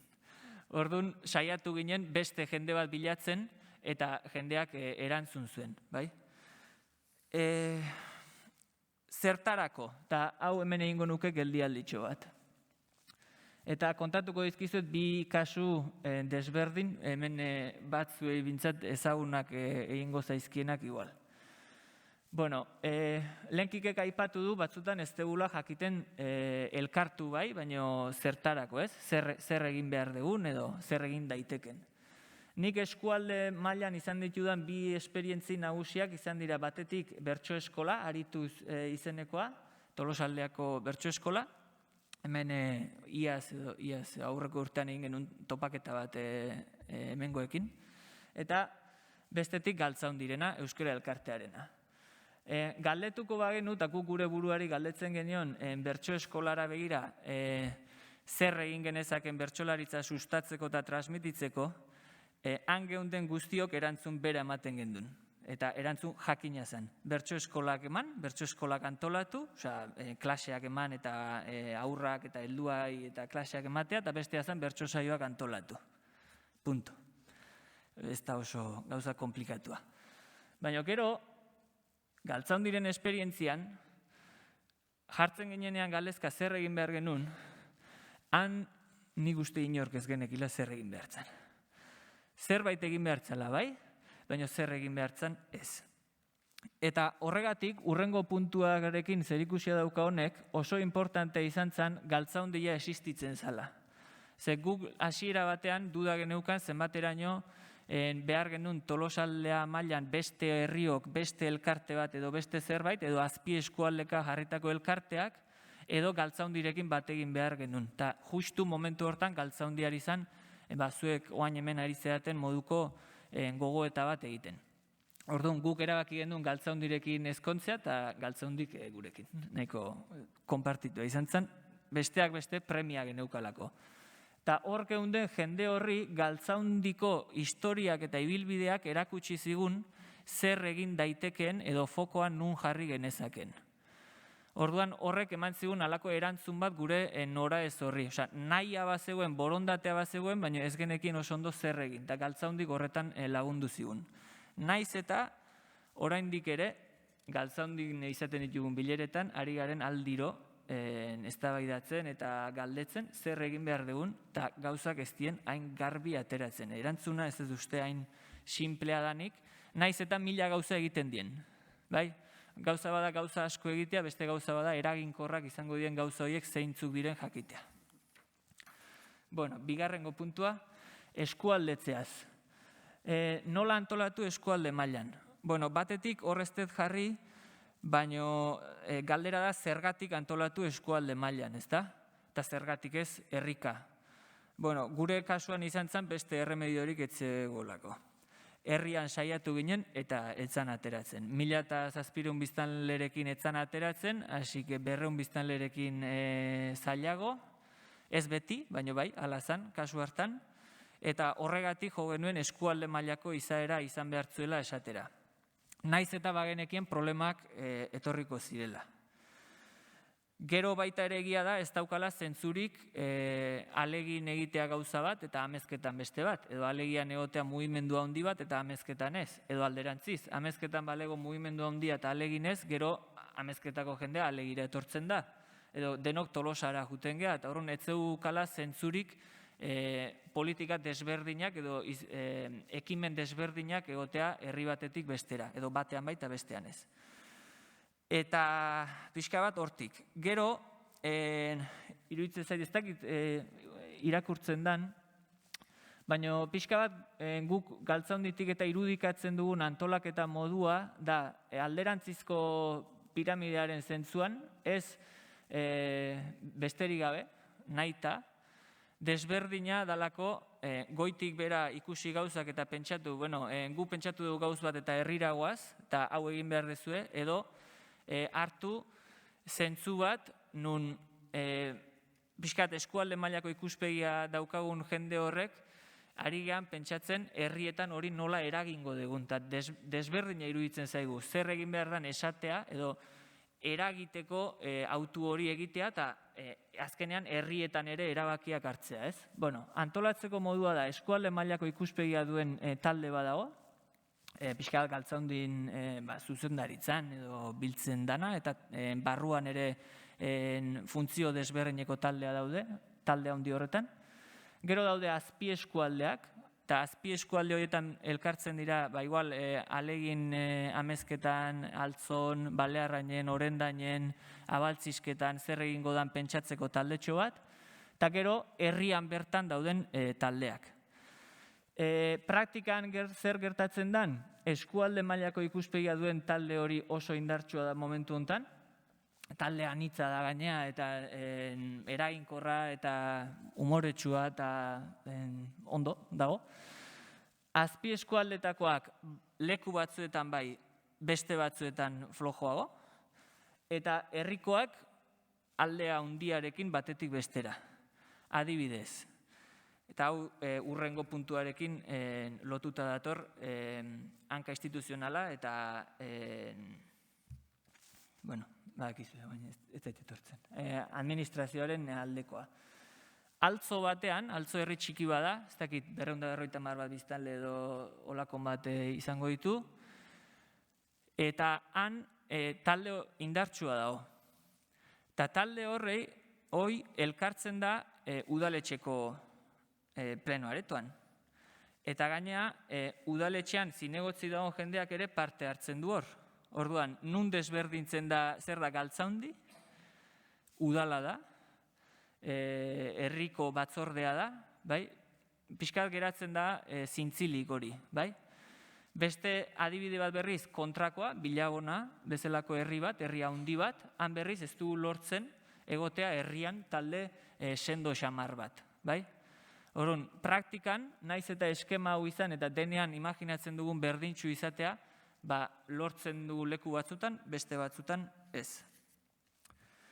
Eta azkena, ja lotura egin dut, hanka soziala eta administrazioaren arteko loturarako Tolosaldeko euskararen maila sortu zen orain dela 4-5 urte. Sortu edo behintzat sortzeko bidean jarri.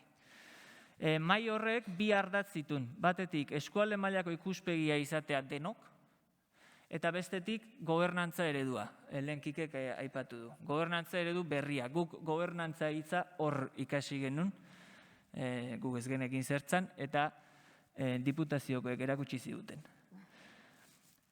Gero ez dakit gauza bera esan nahi genuen. Hor dago beste koska bat.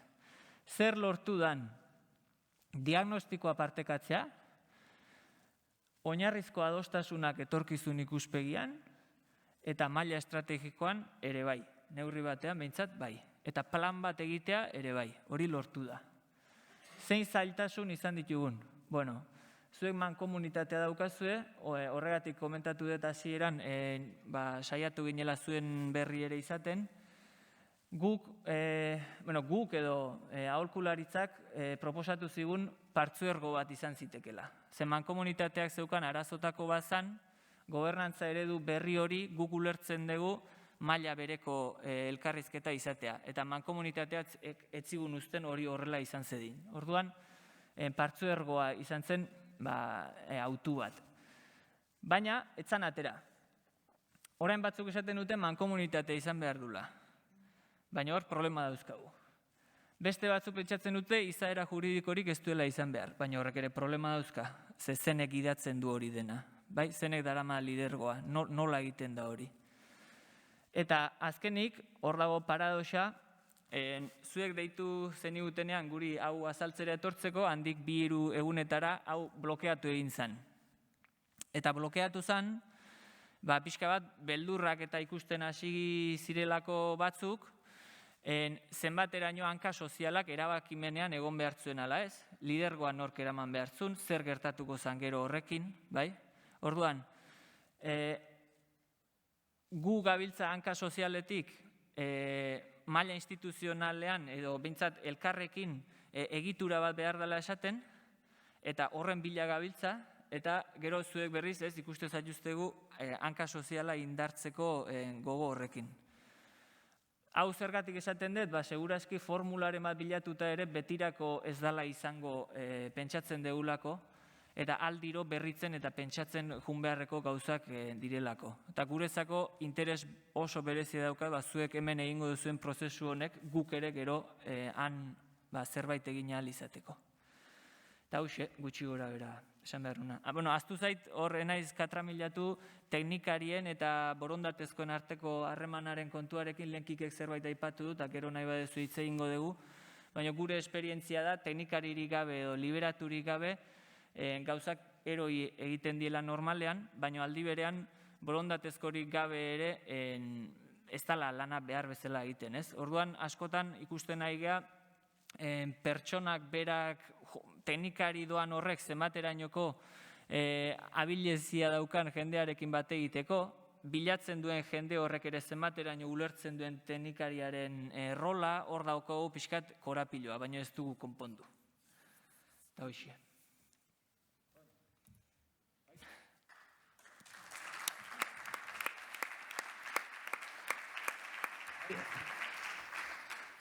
Bai, oida. Bueno, eskerrik asko. Mikel, behar bada, handik gatozenez, igual bi datutxo erantziko nizkeok ezue jakiteko, momentu honetan Galtzaundiko zuzendaritza batzordean, nik uste 12 lagun gaudela, ni nahi zaharrena, noski. Nik uste emakume gizon kopuru berdintxoa gaudela, 6 bat, eta nik uste nabarmentzekoa dela, zuzendaritza batzordean dauden parteideen erdia baino gehiago 30 urte azpikoa dela. Hori lortua. Eta gero, iaz izan genuen, datu pozgarri bat, ospatu genuen, eta zan, 100 urteren ondoren, iazko kale neurketan, lehenengo aldiz, Tolosako kaleetan euskara gehiago entzun zen gaztelania baino. Beraz, egindako lanak ere, batzuetan frutuak ematen ditu. Tolosaldetik ez nahi iragoaz. Irantzo jauregi Artola, hoi da, bai, gaina komentatzen igual parienteak dira, eta gaur entatuko ja, irantzu, zu pixate ikuspegia Euskal Gintzati, baina Euskal Gintzat kanpotik ere, pixat albo ikuspegia bat emango diguzu, eta nik uste eta azkenengo urte hauetan feminismotik asko ikasi dugula, eta zuen esperientziatik ere, kultura artekotasuna ere hor dago, daukagun erronkarik handienetako bada, segurazki, orain dela gutxi izan genuen Carme Junyet, soziolinguista katalana, oso emakume interesgarria, gai hauek ere landu dituela, eta momentu batean galdetu genion. Carme, eta guk Euskal Herritik, kultura artekotasuna, etorri berri, terminologian ere badaukagu zer argitua, nora begiratu genezake, hizkuntza gutxitu gisa, horrelako planteamendu euskeran ardaztutako planteamendu bat egiteko. Eta esan zigun, inoa ez, zuek asmatu beharko duzue. Baina Hernanitik pistak ematen dizkigu zuen.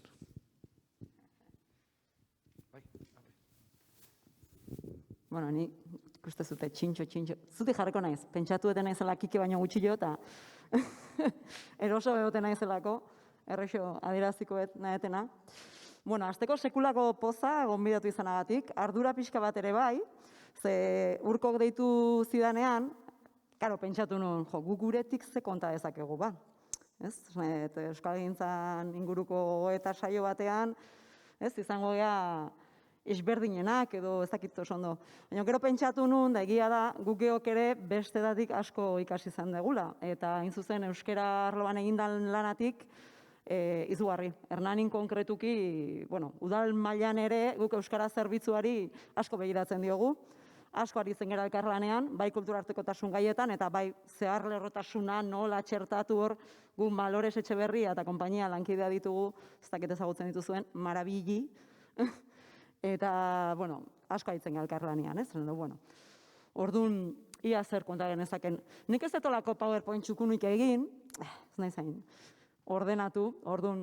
Baina, bueno, ekarri dizkizuet iruditxo batzuk, eta, bueno, gaur pentsatuz zer izan liteken baliagarri, bueno, nik kontatuko dizuet pixka bat, Hernanin, nola zeibilbide egin dugun gure kasuan azkeneko 20 urtetan. Ni 20 urte da udalean lanean hasi nintzana, berdintasun arloan, eta pixkatera kulturartekotasun da lankidetza gaietan, arduradun, horre ere 19 urte, beraz, bilbidetxoa badaukagu.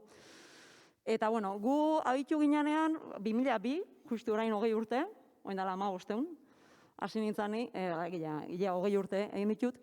Eta, bueno, abitu ginean 2002 urtean esan bezala, etzan gaur egungo egoera, etzegon feminismoa oain dagoen oihartzun horrekin, olako mugimendu sozial potentea etzegon.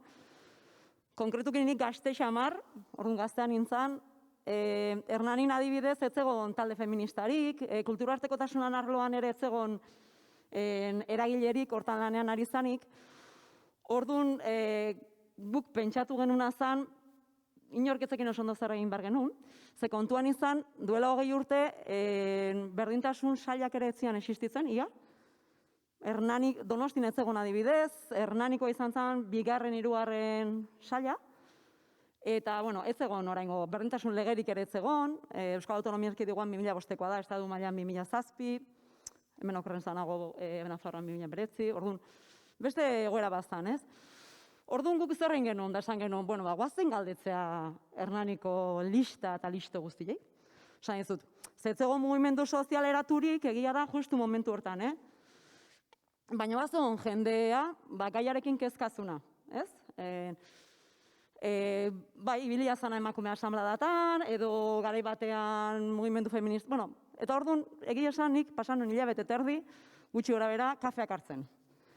Ez naiz hernaniarra, baina zorionez, ordura arte, bertako irratian lan egindakoan nintzen, beraz, hernaniarra ez izan arren, horrek herriko jende asko ezagutzeko aukera eman zidan, eta hola izan zen. Abitu nintzen, da bati galdetu, eta esaiazu, zein da hemen, zeinek emango dizkidut pistak, eta beste honi galdetu joztu, eta beste honi. Eta hola, egia esan, hasi eta hilabetera egin genuen lehenengo berdintasun kontseilua. Berdintasun kontseilua, iruditzen zait, irakurrietenagatik, eta gero Patriri ere elkarrizketa entzunion irratian, hau prestatzeko, esan, bueno, ia pixka kokatzeko. Zuen euskara batzordeen tankerako zerbait izan litekela, bueno, aintzat hartzekotasun batzuk baditula. Azkenean, gukin genuen azan, zinegotzia eta bilok, herriko gai horren inguruan interesa eukizezakeen jendea gonbidatu. Bilera bat egin genuen, eta egia esan hori izan zen, 20 urte damakizkigu, hilabetero biltzen, eta berdintasun kontseilua da guretzat, erabaki organoa ez da formalki nolabait, ezin duelako izan, udaleko batzordetan erabaki behar dalako, baina egia esan bertan erabakitzen da, zer egingo da berdintasun arloan konkretuki. Besterik gabe dinamika bat izan dalako, bertan parte hartzen dugu esan bezala teknikariok, zinegotziak, eta gero herrian gai hontan interesa auki dezaken jendeak. Hor zalantza eduki genuen, ia eragiletako ordezkariak izan behar zuten, berdin ikastetxeetakoak, sindikatutakoak, ezakize elkartetakoak, edo norbanakoak izan behar zuten. Eta esan genuen, bueno, don guztia. Orduan azkenean, biltzen gera, batzu badatoz ordezkari gisa, baina gehienak norbanako gisa, esan bezala gure ustez adituak eta arituak gai honetan. Eta elkarrekin pentsatzen dugu eta asmatzen dugu zer egin. Esan bezala, normalean, batzordean, udaleko batzordean erabakitzen dira, zinegotziek erabakitzen dituzte, baina egia esan guk oso landuta, mamituta, eta kasik formalki, hemen ez daukadonez zinegotzirik, baina, erabakita, nolabait, espazio hortan erabakitzen da zer egin. Dana dela. Euromenesterikoaren inguruko lanketa, eskoletan, tratu honak, hezkidetza, sexu hezkuntza, horren inguruko programa bat egitea, kulturarteko plaza feminista hori natorrela kontatzera ere. Hori guztia egia esan bertan sukaldatzen da, eta bertan eztabaidatzen dugu, eta, hola da. Guretzat, pertsona horiek dakitelako gu bezain beste gutxienez, eta legitimidadea ematen diegulako hortan. Eta, nik esaten dut teknikari bezala, niretzat hola da, baina, zorta izan dugu ere, arlontan aritu dian zinegotziek ere hola ulertu dutela, eta nik uste hor altxorra handi badaukagula maila hortan. Hasiera batean asko zian, orain gutxiago, baina oso talde, egonkorra nola baitez, orduan, elkarrekin ikasi dugu. Eta gauza batzutan asmatu dugu, beste batzutan ez, baina, eta hori uste, gurean behintzat balio izan duen zerbait dela esango nuke. Hori esan bezala da, batetik kontseilua, eta gero dago koordinadora feminista. Diferentzia, kontseilua hilabetero dago konpromiso bat, eta koordinadora feminista biltzen da gutxiagotan, eta hori da pixka bat diferentzia. Nahi genolako ere mantendu nolabait, kontseilua azkenean oso lotuta dagolako sailari, udalari, nahizko autonomoki funtzionatzen du, bertan hartzen dira erabakiak, baina azkenean nolabait udaleko aurrekontuarekin zer egin erabakitzen du. Koordinadora feminista autonomoagoa da nolabait. Eta koordinadora feministaren egitekoa da nolabait baita ere pixka bat autonomia hori mantentzeagatik bultzatzea udala ontara eta pixka bat. Hor ez dakigulako guk ere oso ondo nola egin, baina iruditzen zitzaigun bi horiek mantendu egin behar ziala. Patri entzunion irratian da nire ere pasatzen zait, ni naiz koordinadorako kide, teknikaria naiz, herritarra ere bai, eskolako ez dakit ez. Orduan, bazkutan gure figura hauek ez, gaina bertan bizi geranok, oraindik eta, baina horregatik hitz egiten batzutan mugimendu feministako kide bezala, beste batzuk udaleko teknikari bezala, hori jabetuko zeate. Hori kontatu nahi nizuen, ze ustez igual interesgarri izan ditekela, eta, ni denborak eta ez dakit oso ondo. Eta, orain kontatuko izuet kulturarteko plaza feminista. Kulturarteko plaza feminista sortu zen, espazio baten beharra sortu zen berdintasun kontseilu horretan, koordinar feministarekin elkarlanean, guk genituen erreferentzia bezala emakume etxeak di azken finean, dia espazio batzuk nun biltzen dan udaleko teknikariak normalean, ez beti, baina dauka alde instituzional bat eta gero eragile feministen espazio bat ere bada. Eta askotan badaude zerbitzuak ere, aholkularitza juridikoa, psikologikoa, sexuala. Orduan, olako espazio batzu dira gure ustez interesgarria zianak, eta gu hortik abitu ginen. Abitu ginen hori eskatuz nola baitu udalari. Eta udalak momentu batean eskola bat ustu zen, eta espazio bat gelitu zen libre, eta eskaini zigun hortarako. Eta esan genuen, ze ondo. Zegi esan momentu honetan gaina eskatzen egin, baina ezan bestineko indarraken, orduan sorpresaren izan zen. Eta, esan genuen, berriz ere esan genuen, zer egingo degun honekin, nola egingo degun, pentsa ezagun gehiagoren artean. Ze hor, talde oso interesgarri badago nere ustez, ezagutza handiakin, adituak eta arituak, baina iruditzen zitzaigun olako proiektu batek behartzula oraindik eta jende gehiagoen garen joan. Gainera,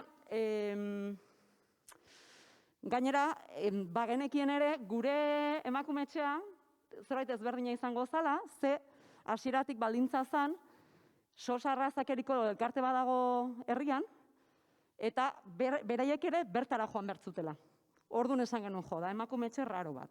Zer emakumetxea, espazio feminista da, baina era berean kulturartekotasun ere lantzen da, Bueno, gurean jakin, Hernani ezagutzen dezute denok, seguraski, aitzaz behintzat.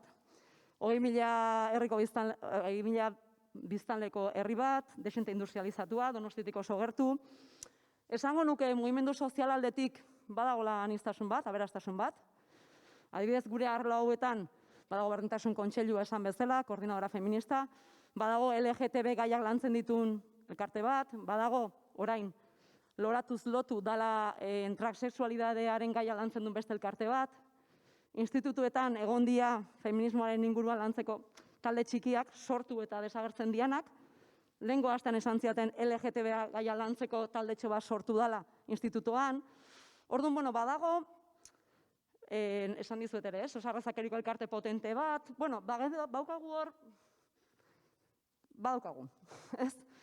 Orduan, esan bezala, kontuatu ginean, gure pixkat ezberdina izango zala, eta esan genuen, bueno, goazen elkarrekin pentsatzea, eta parte hartze prozesu bat jarri genuen martxan, hilabete batzutakoa, eta bertan definitu zian gauza batzuk. Bueno, erakutsiko izuet zerbait. Erakutsiko izuet eraikina. Ondo egiten duten. Lehenengoan ez dut asmatzen normalean. Hori da nire komplejoetako bat. Bueno, geneukan eraikina, erakutsiko izuet argazkia. Bida uste polita.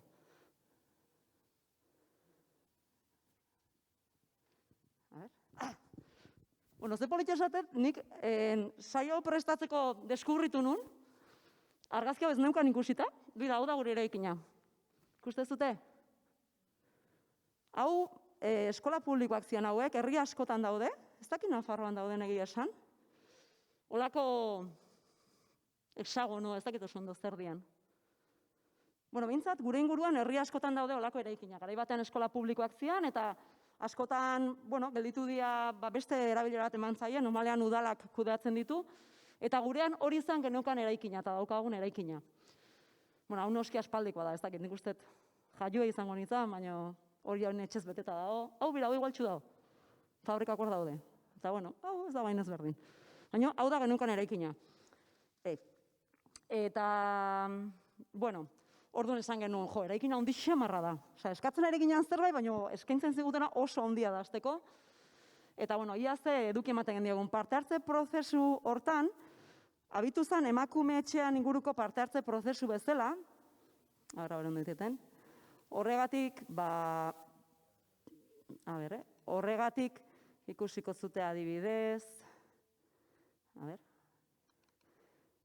hau da prentsaurrekoa, parte hartze prozesuari ikuste zute. Ez dakit ondo ikusten da, baina emakumeen etxea bezala abitzen da. Bueno, emakumeen etxea bezala abitzen danez, komunikazioan, naiz eta inongo momentutan ez esan emakume bakarri parte hartu zezaketenik, emakume gehiago bildu zian. Ez, noski, emakumeen etxea, goaz diseinatzera, hola izan zen. Gurean, aniztasun, bueno, jende gaztea badabil, badakizuen momentu honetan igual feminismoaren bueltan jende gazte deixente dabilela, eta hori, bueno, ontza daukagu, eta egi esan, pozten geran zerbait da, eta gero kulturartekotasun gaietan dabilen eragile potente badago honez ere, aniztasuna zentzu hortan, etorri berriak ere parte hartu zuten prozesuan. Orduan, jarriko izuet bideo motz bat, oso motza da, ikusteko pixka bat prozesuko nola egin genuen parte hartze prozesu hori. Saio ezberdinak egin genitun, eta saio hortan hitz egin genuen, zer izatean egin genuen, zer amesten egin genuen, hortik abitu ginen. Ondoren espazioa bera hartu genitun planoak eta gauza bakoitza nun jarriko genuen zertarako ere bertan erabaki izan. Eta antolatu nola egingo ginen ere, nun hartuko zian erabakik, udala, eragileak, zer. Hori ere ez denun erabatitxi, baina pixka bat hor aipatu zian eta hor jarri zian puntu nagusiak, ez? Prozesu hortan. Bideo motz bat, ikusteko pixka bat nola egin genuen, hau.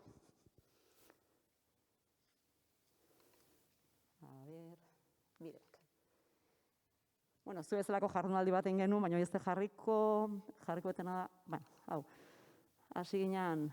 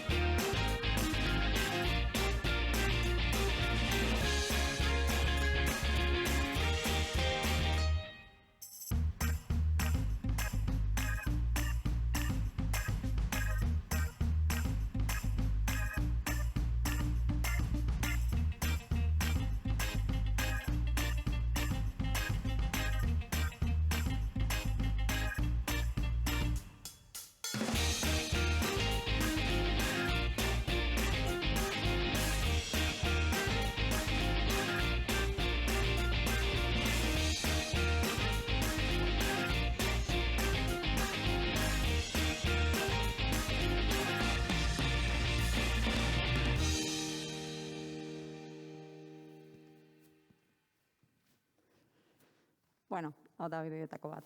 Baina bai, hola zehaztu genuen pixka zer izango dan. Momentu honetan zer dan, bale. Momentu honetan da, oraindik iriki gabe dagoen espazio bat,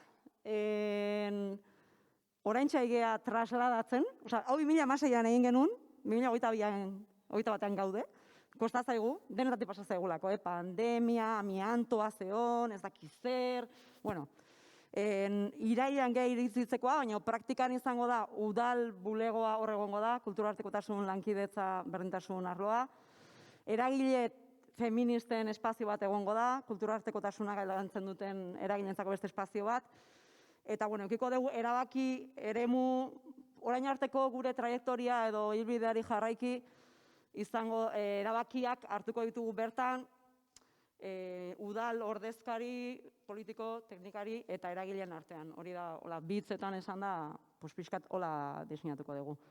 Pena ez dakatela denbora gehiago, bestela erakutsiko nizuen, irudiren bat edo beste. Bueno, argazki erakutsi dezaket? Venga. Banekin nik denboraren ez nola oso ondo ingo. A ber.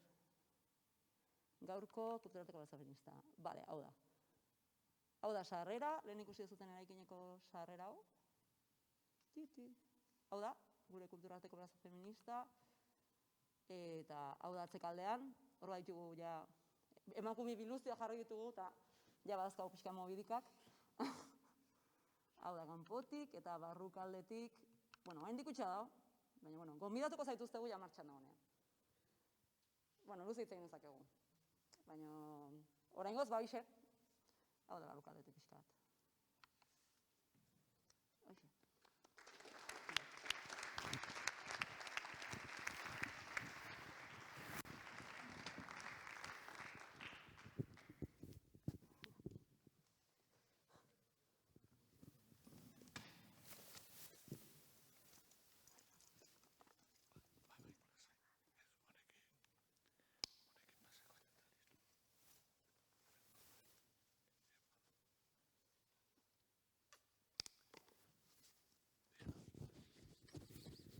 Bueno, eskerrik asko, Irantzu, eta orain Arrasatera goaz. Saioa Irastortza Teletxea. Eta nahi txori batek esan dianez, bigarren abizenak salatzen du jatorria ez daukala hemendik oso urrutikoa. Badabil, bai. Beraz, nik uste hemen lehendik ere, azaldu da, ez? Hanka instituzionala, hanka soziala, udalak, euskara elkarteak, horren inguruan, hausnarketa prozesu sakon eta interesante bat egin duzuela Arrasaten, eta hortik ere denok zer ikasia izango dugula, beraz? Bueno, saiatuko naiz azaltzen egin duguna, eta lehenik eta ben eskerrik asko onbidatzeagatik, kikik izan duen bezala ni irundarra naiz, ama igantziarra daukat, hau asko ezagutzen dut, familia daukat hemen Lesakan, eta plazera, egia esan hona etortzea gaur, ilusio handiko egunan niretzat. Bueno, gaira etorrita, azalduko dizuet, erara aurrean, ez dakitzen denbora daukadan, 20 minutu, hori mantentzen da, bale. Saiatuko naiz, guk bizi izandako prozesu hori azaltzen, zuentzat lagungarria den edo behintzat beste esperientzi bat, ez? Uste prozesu guztia direla desberdinak, bertako kideak desberdinak diren heinean ja prozesua bera desberdina izaten da, eta emaitzak ez dira berdinak izaten, herriak desberdinak dira, alderdi soziolinguistikoa ere desberdina da, eta horrek aldagai asko daude hor. Baina, beste esperientzia bat entzutea beti izaten da pozgarria, guk ere ala entzun genituen prozesuan zehar, eta gero azalduko dut. Geik izena du, prozesua pasa eta gero sortutako lantalde handiak, bai? Ezer baino lehen, aurrekariekin hasiko gara, esango dut, Arrasate, ez dakit denok ezagutzen duzuen, ze guretzat beti izan da Gipuzkoako beste punta eta urrun xamar gelditu izan zaigu hemen Bidaso aldetik. Arrasate Debagoienean dago, muga egiten du Debagoienak Arabarekin, eta 22.000 biztanleko Debagoieneko hiri handiena da. oso industriala, tradizio industrial handia dauka oso luzea, beraz, kanpoko jende asko etorri zen, 70, hamarkada horretan jende asko etorri zen, beraz, tradizioz nahiko erdalduna izan da, beti Arrasate. Datu pare bat emate aldera, 2016an soziolinguistika klusterrak egindako kale neurketan, ezagutza maila 97%koa zela atera zen, ez da datu txarra, baina erabilera 25%koa izan zen. 2016an, 1988an erabilera 12%an zegoen. Hor ikusten da bilakera badagoela, baina ez da nahikoa, eta gainera, lehen esan duen bezala, bilakera hori berantz doa, horrek berantzko joera hartu du, eta, uste dute denon lana dela hori bintzat frenatu, mantendu, eta albada gurantzko horretara eramatea. Arrasaten 2012an sortu zen lehenengo talde serioa, esango dugu, elkarlan hitzarmena sortu zen euskalgintzako eragileekin. Euskalgintzako eragileak gero, egongo dira, gero zerrendatuko ditut, edo ikusiko dituzu zeintzuk diren, oso anitzak dira, eta datoz arlo askotatik. Hor hasi zen, ez dakit hemen, gero ez dela, ibiliko naiz aurrera eta atzera. 2012an hasi zen esandakoa, eta 4 urte pasata gero ikusi zen hausnarketa bat egin behar zela. Ez zuelako funtzionatzen uste bezala, edo nahi bezala, edo egoerak, edo herriak eskatzen zuen bezala. Orduan, prozesu bat, balorazio prozesu axal bat hasi egin zuen, eta izan zen, bertan parte hartzen zuten eragile guztiei galdeketa batzuk banatu, eta bakoitzak bere erantzunak eman, jaso, bildu, eta hortik atera ziren hainbat ondorio. Positiboa izan zen elkarlan hori. Elkarlanan aritu izanak berak gauza honak ekartzen dituelako, ez da, bakoitza beraldetek ibiltzea baino egokiagoa da elkarlan hori egitea. Baina negatiboak ere bai. Hainbat arrazoirengatik ikusi zen ilusio falta, motivazio falta, eraginkortasun falta ekarri zuen horrek, motibatuta ez bagaude, ilusiorik ez badago, azkenean egiten dugun horri ez diogu zentzurik ikusten, eta deserosotasuna azken batean, deseroso zeuden eragile guztiok, eta hor zerbait egin beharra bazegoela argi ikusi zen. Kasualidadez, 2017an egin zen udalekineko jardunaldi batean, tokiko aktibazioaren proiektua aurkeztu zuen Gipuzkoako Foru Aldundiak eta soziolinguistika klusterrak. Aktibazio proiektu horren berri jakin genuenean, esan gabe, kontxo hoxe da guk behar duguna momentu honetan, ez? Behintzat, laguntza behar dugu garbi daukagu, eta hau izan daiteke guretzat gakoa, ez? Hemendik zurrunbilotik ateratzeko. Eragileen artean galdetu zen, eta baiezkoa erabaki zen. Laguntza hortik jasoko genuela, edo behintzat konsulta edo zerbait egin beharra zegoela, eta hori izan zitekeela bidea. Orduan, 2017an, Luiarren eskutik prozesua hasi genuen. Zeintzen helburua? Lehen esandako alderdi negatibo hori kontuan hartuta, aktibaziorako eta arrakastadako gakoak identifikatzea. Hau da, zein gako behar dugu egoera honetatik ateratzeko. Zer egin dezakegu? Gure helburuak betetzeko, euskalgintzan aktibo aritzeko eta fruituak emateko. Hori zen helburu nagusia. Bueno, dinamika askotan egiten den bezala, dana jo ez, hasi izan dana emozioetatik eta sentipenetatik. Bai, nola sentitzen gara, zer sentitzen dugu, eta bakoitzak bere ikuspuntua eman zuen. Horrela hasten ziren saioak, bai hasi eta bai bukatu, ikusteko nola etorri zara eta nola joan zara, ez? Zer jaso duzu hemendik eta nola zoaz, pixkate, bide horretatik. Hau nahiko arrunta da horrelako prozesuetan, bai? Eta egin zen, diagnosi bat atera zen hortik, bai? Galdeketa horietatik eta hausnarketa horretatik atera zen diagnosi bat. 3 galderari erantzun zitzaion, zer gara, zer nahi dugu izan, eta zer ez gara, hori nik uste dut oso garrantzitsu dela, ikustea zer ez gara, nondik abiatu behar gara, garen horretatik, ez garen horretatik, ez? Aurre iritziak kenduta, eta ondokoari etiketa hori jarri gabe, beti ere neutraltasun horretatik. Eta atera ziren hainbat gauza. Danak ez ditut irakurriko hor dituzue. Baina, zer ez gara itxiak, ez ezagunak, urrunak, motxiladunak eta arrotzak. Azken batean, hor zeuden eragile guztiek ezagutzen zuten elkar, aspalditik. Orduan, hori abantaila da. Abantaila zen, bai? Orduan, hortik abiatuta, zer nahi dugu izan, horra iritsi nahi genuen, eta behintzat hori atera egin zen. Gakoak. Lehenengo gakoa identifikatu zen, eta prozesua nola egiten den zaintzea. Hori zen, atera zen lehenengo gakoa.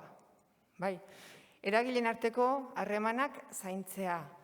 Prozesuaren beraren garrantzia zaintzea. Elkar ezagutzea eta horretarako testuinguruaren garrantzia zaintzea.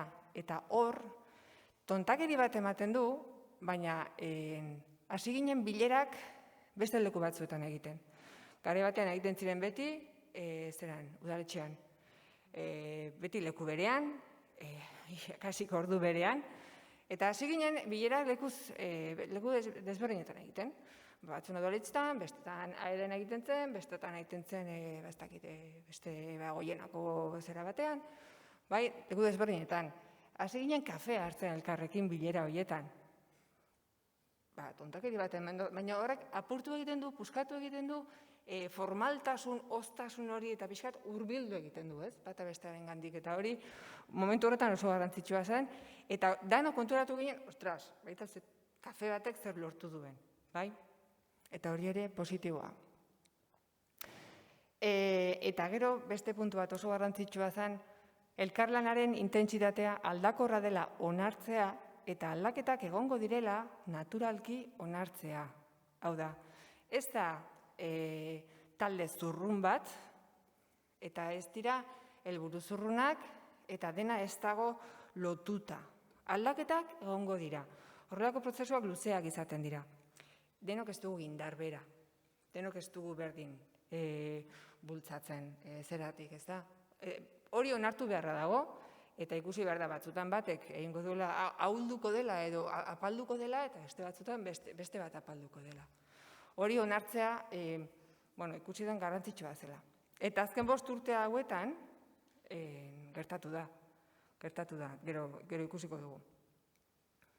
Hemendik etorri zen grafika hau, eta hor ikusten da, ibilbidea gelditu ezpada ere, oso goraberatsua izan dela, bai?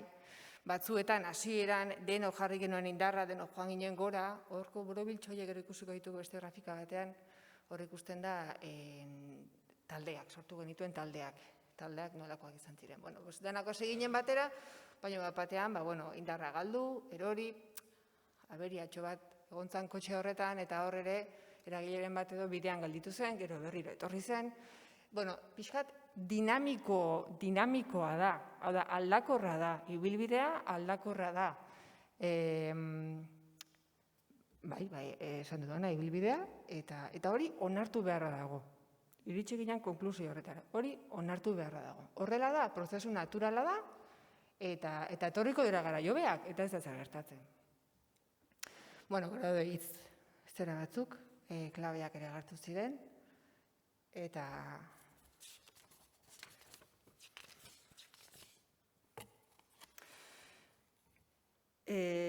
gero, bueno, segurazki gero azalduko dut, denbora ematea, badazta behin esango dut.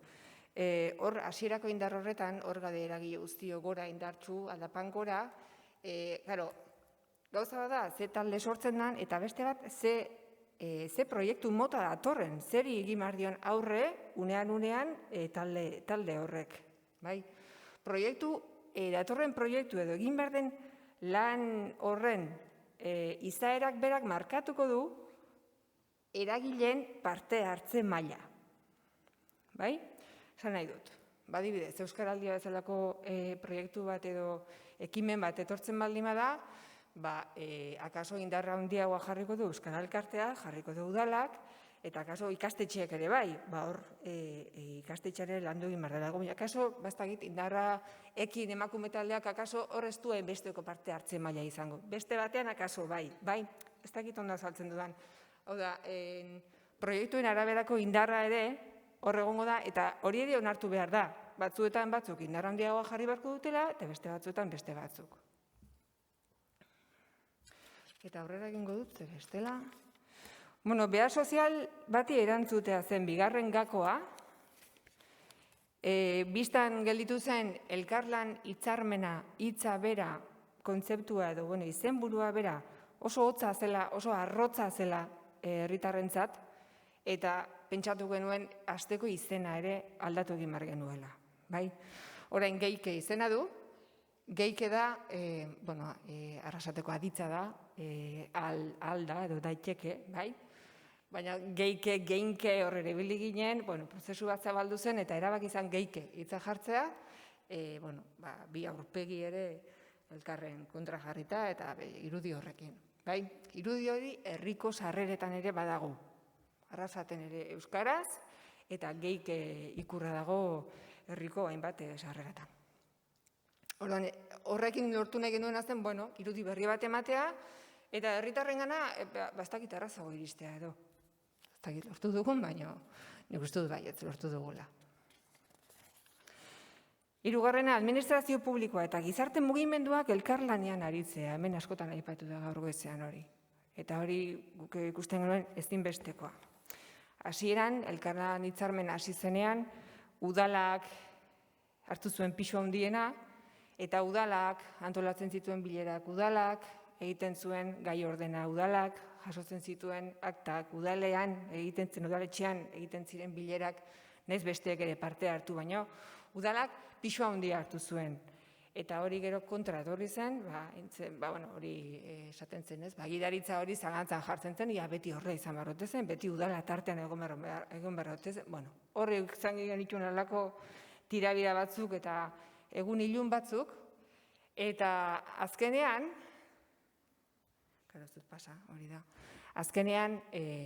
prozesu honek ekarri zuena zen, gidaritza hori, edo lidertza hori, 3 hankatara ekartzea. Batetik AED, Euskal Elkartea, bestetik Euskal Herrian euskaraz, eta azkenik udala. Hori izango zen, lidertzaren 3 hankak horiek izango lirateke. Onurak ekarri zituen horrek, harremanak asko erraztu zirelako. Eta horrez gain, kafea ere bazegoelako. Eta horrek ere beti laguntzen du. Horrez gain, egitura bat eman behar zitzaion taldeari, eta 3 mahai sortu ziren. Bata koordinazio gunea, bestea talde motorra, eta bestea talde handia. Koordinazio gunean dago udala eta AED. Talde motorrean daude udala, AED, AEK, ekin da emakume taldea, eta Txatxilipurdi, aiziali taldea. Eta gero, talde handian daude gainerako eragile guztiak. Ikastetxe guztiak, komunikazio taldeak, emun, aholkularitza zera, beste buruz ez dizkitaterako, baina ikusiko ditugu beste diapositiba batean. Hau da, elkarlan hitzarmenaren egitura, hasieran zegoen egitura. Zegoen hitzarmena eta azpian lan mundua, transmisioa izia eta ekintza taldea. ez ziren taldeak, gaiak ziren, baina taldea bakarra zen. Bakarrak, talde bakarrean zeuden eragile guztiak eta dena hortik ateratzen zen. Orain zelan duko dugu, transmisio, orain ikastetxeetan ez zen, bale, eta orain zer egingo dugu, ez zuen malgutasunik, ez zuen volumenik, ez zuen emaitzarik ematen. Eta hau da gaur egun gaikek daukan egitura. Hor dago koordinazio mahai bat, gainean doka talde motorra, gero dago geike orokorra esaten dugunean da eragile guztiak, hau da, geike, eta gainetik daude beste eragile edo norbanakoak. Bai, hau da, bi grafika kontuan hartzen baitugu, lehengoa zen, irauli egin da antolaketa egitura hori, irauli egin da. Lehen zen, atzera joaten ba nahi, zuzten dit, bai. Bai, lehen zen, piramidala, edo puntatik hasi eta goitik bera, eta orain kontrakoa da. Orain azken batean, kontuan hartzen da, herriak zer behar duen, herriak norbanako zer behar duten, eta hori lantzen da koordinazio maila horretan. Koordinazio mailan erabakitzen dira, ze puntu lantzea komeni den, edo zer etorri den hortik, herritik, eta hori eramaten da talde motorrera, eta erabakiak hartzen dira talde motorrean. Eta talde motorrean hartzen diren erabaki horiek, banatzen dira gero gainerako geikeko eragileetara, hala badagozkie, esan nahi dut, haien alorrekoak baldin badira. Bai, hori ere kontuan hartzen da.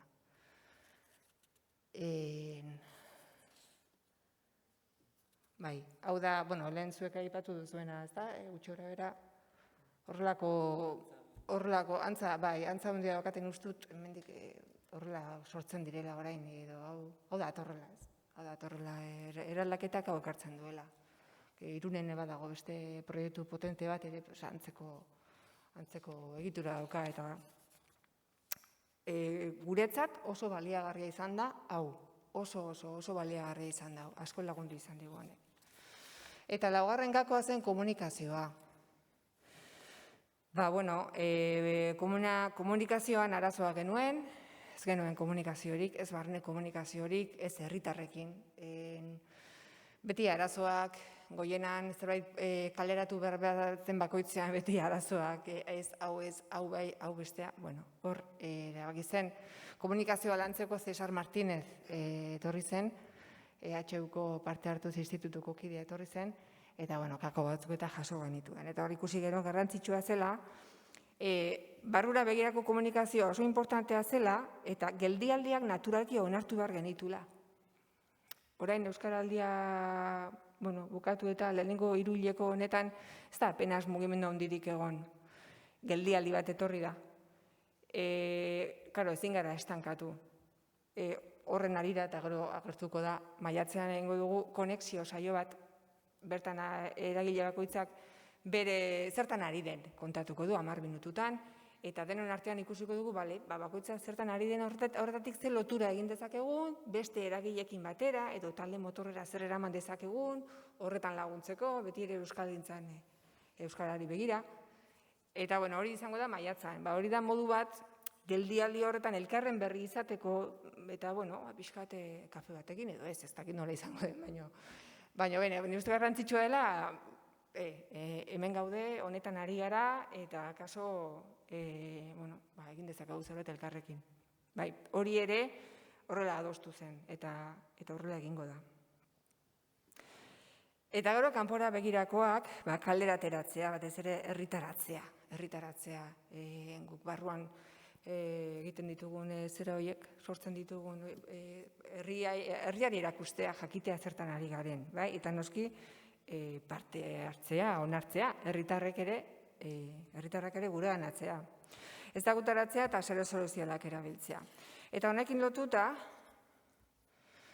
2017ko abenduan 3 egin zen aurkezpena, herrian, geike taldearen aurkezpena egin zen, hor ikusten duzu ezkerraldean dagoela mural moduko bat, mural hori egin zuten geikeko eragile desberdinek parte hartzen duten eragiletatik batzuk etorri eta margotu, marraztu eta lako muraltxo bat egin zen, buru handiak eran izan ziren, eta izan zen, gezurra dirudi, gaur egun hori, surrealista xamarra da, baina horrelako ekintza bateratu bat egin zen, herritarrak hurbildu ziren, eta gehiago aurkeztu genuen. Eta egin zen, Euskararen plaza izendatu genuen leku batean. Arrasatek plaza leku horregetzun izanik, eta Euskararen plaza izena. Jarri zitzaion, plaka ere hor dago, eta gaur egun da erreferentzia bat euskalgintzarekin lotutako ekintzak, aurkezpenak eta bar egiteko. Eta da lekuan bertan, herrian zentruan dago, eta antxe dago. Eta hor bertan aurkeztu zen Geikeren lehenengo proiektua, eta zen Euskaraldia. 2018ko Euskaraldiaren antolaketa aurkeztu zen, orduan txegun horretan bertan.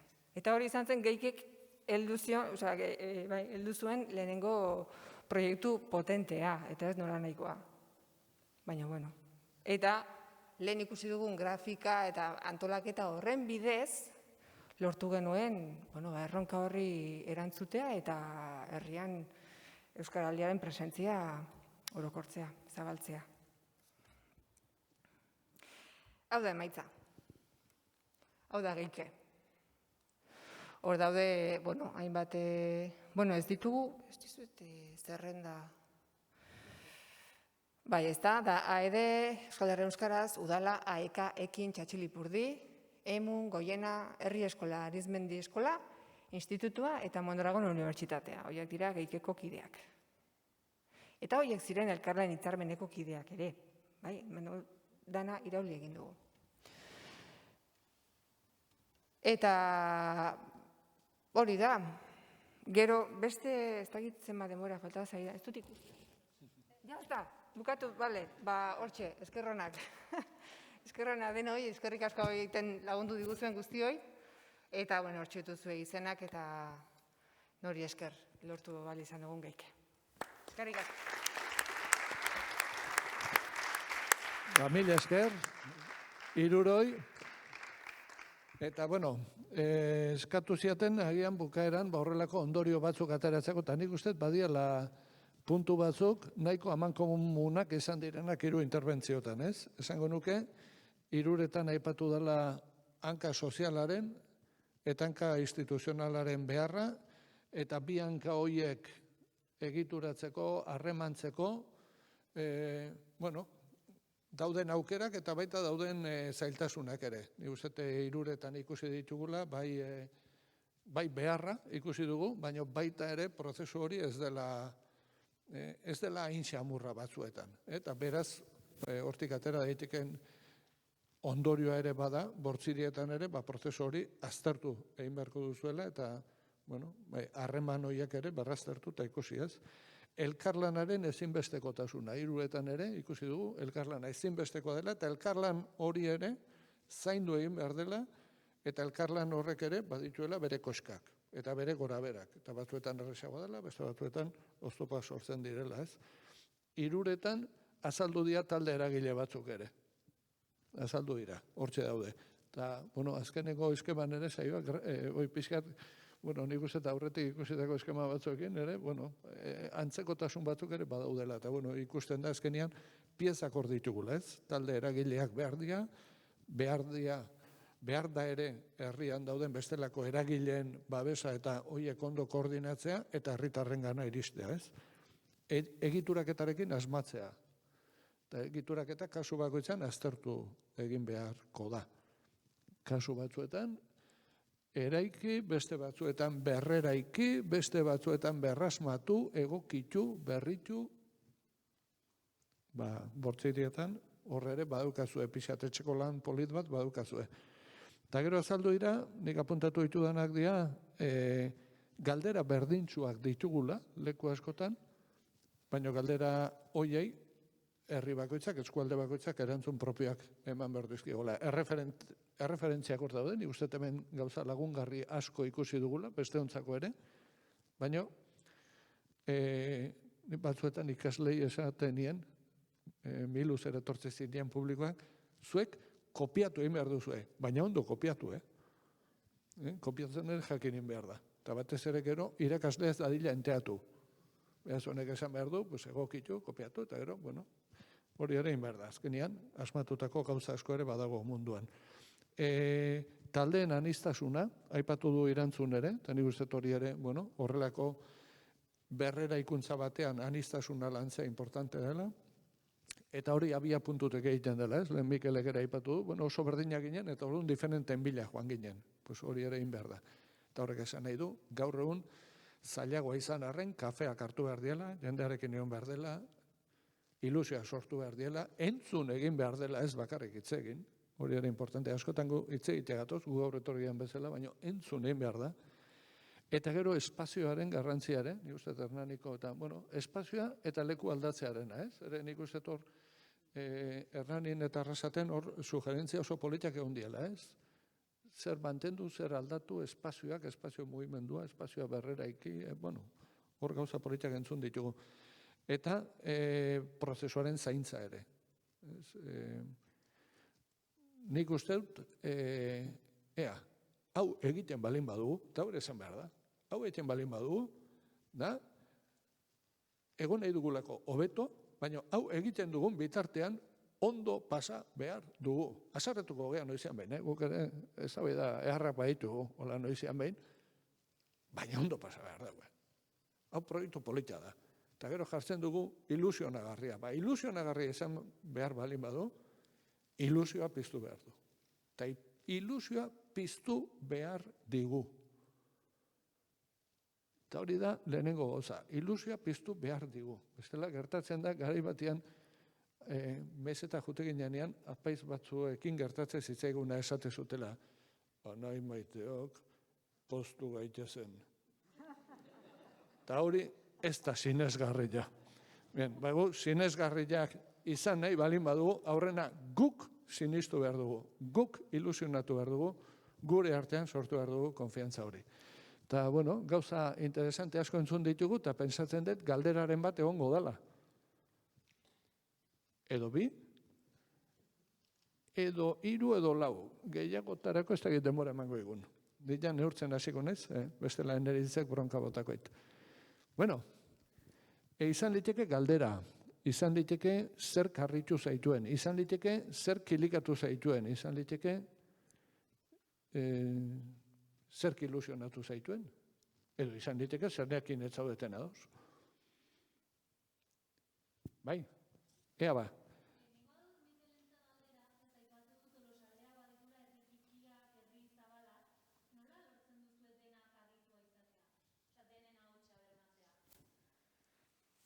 Bueno, batetik, galdera hona da, ez dakit ite deun, ondo, Baina, hor azaldu detenen badaola galtzaundin zuzendaritza talde motorra da azken baten, hor azpiaskualde bakoitzeko norbait badago. Eta denak 28 ezin gehalako izan ez, baina azpieskualde bakoitzeko norbait bai, eta gero adin desberdinek, generoa, beste gauz batzuk ere bai, baina batetik hor egonda azpieskualde bakoitzeko jendea. Eta gero bai, egia da, saiatzen gehala gu ere lekukin badu zerikusie, bilerak leku desberdinetan egiten, hortan saiatzen geha. Eta egia da alare, ni susmoa dauket, urte hauetan ikusi deunangatik, igual temporada batzutan herri batzuk presentzia handiago hartzen duela beste batzuk baino. Eta konturatzen gehan, orrun hasten geha beste jende baten bile ez da. Baina pixkat, natural xamar ere bizi izan dugu. Dana dala, hasteko behintzat, zuzendaritzan denok egonda. Eta gero, azpieskualdeko bileretan ere, herri guztitako norbait egoten da. 28 horietatik nik uste harreman oso gutxikin pare bat edo hola dauzkeu. Eta ez daude Tolosako gehiago beste herri batzutakok baino, oaingoz. Bueno, ez, hortxe. Minorian gelditu geha. Bai. Bai, Jon?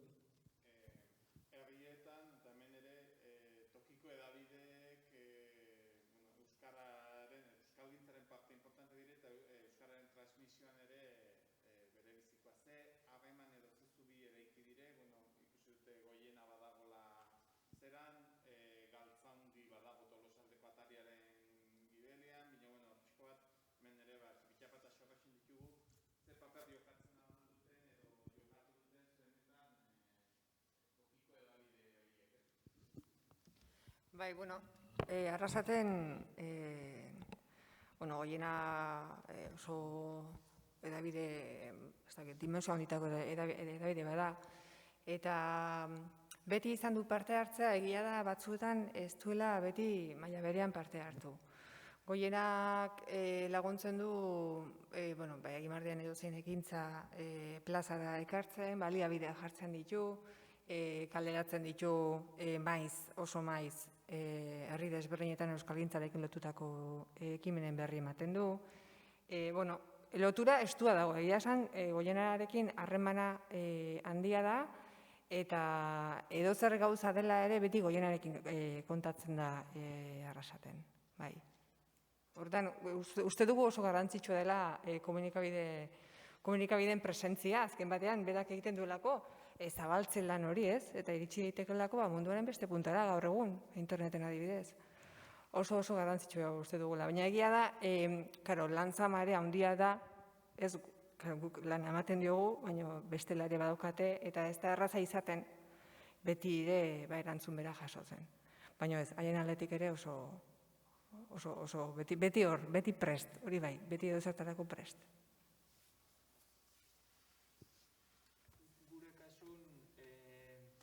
Batetik esango nuke ataria da, hango komunikabidea, eta nolabait esateko eskualde gintza lan bat ere egiten dula, ze Tolosaldea batzuentzat existitzen da, eta beste batzuntzako ez hainbeste. Orduan, atariak azkeneko urte hauetan nik uste lan ikaragarri egin dula hortan, eta jendeek eskualdearen ikuspegi hori gero eta presenteago daukala horregatik. Gero guk atariakin harreman zuzen naia erdi bat geha, nolabait esateko.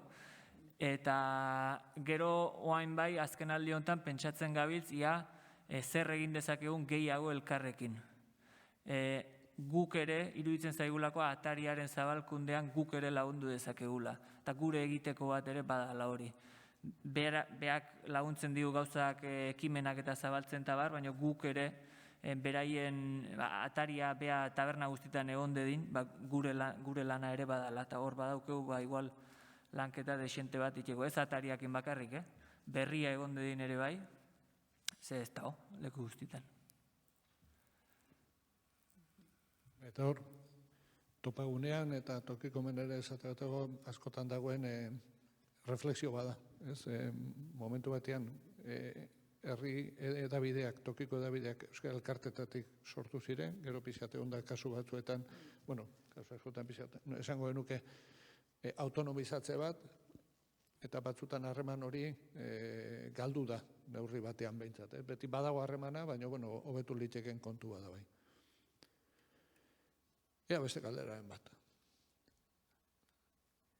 Venga, bat zaila jarri jesuek bat hola pixkate.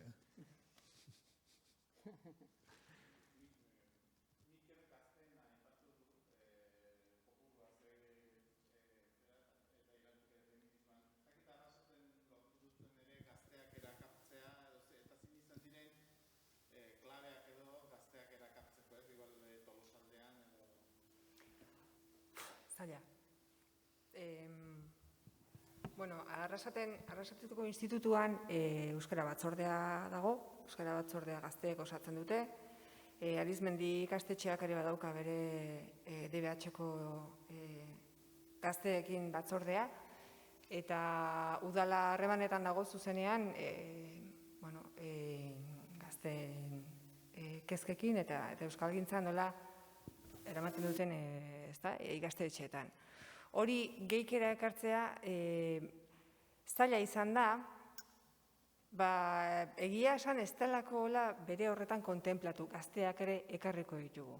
Ikastetxeak ekarri dira, institutua ere ekarri da, batzordetara, bileretara etortzen da beti bakoitzetik, bai Arizmenditik, bai Herri Eskolatik eta bai institututik etortzen dira ordezkariak, eta guk lantzen ditugun horiek eramaten dituzte, bertan lantzeko, edo eta kezka baldin dituzte gure gana ere ekartzen dituzte kezka horiek eta lantzen saiatzen gara. Baina bere horretan proiekturik, gazteekin lantzeko proiekturik geikek momentu honetan ez dauka esku artean.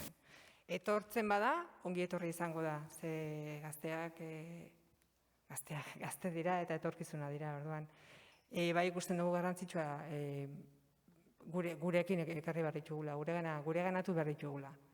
Baina momentu honetan oraindik ere ez da etorri proiektu potenterik horretarako, baina gu prest.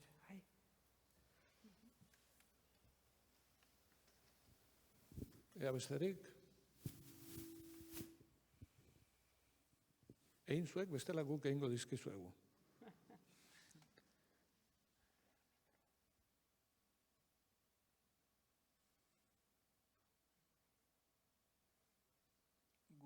Gaztena esan dugu, baina erakarri ez dakit, erakarpen indarra handi ez dakit geneuken, ekarri inditeu, deitu eta hola xe. Ez da izan, uholden etzaizkigu etorri, engantxatu bai. Eta gaina, jarrita, herri hontan zen nion lehizket, herri txiki xamarrak izatek bentajak baitu, eta denok ezautzea, orduan,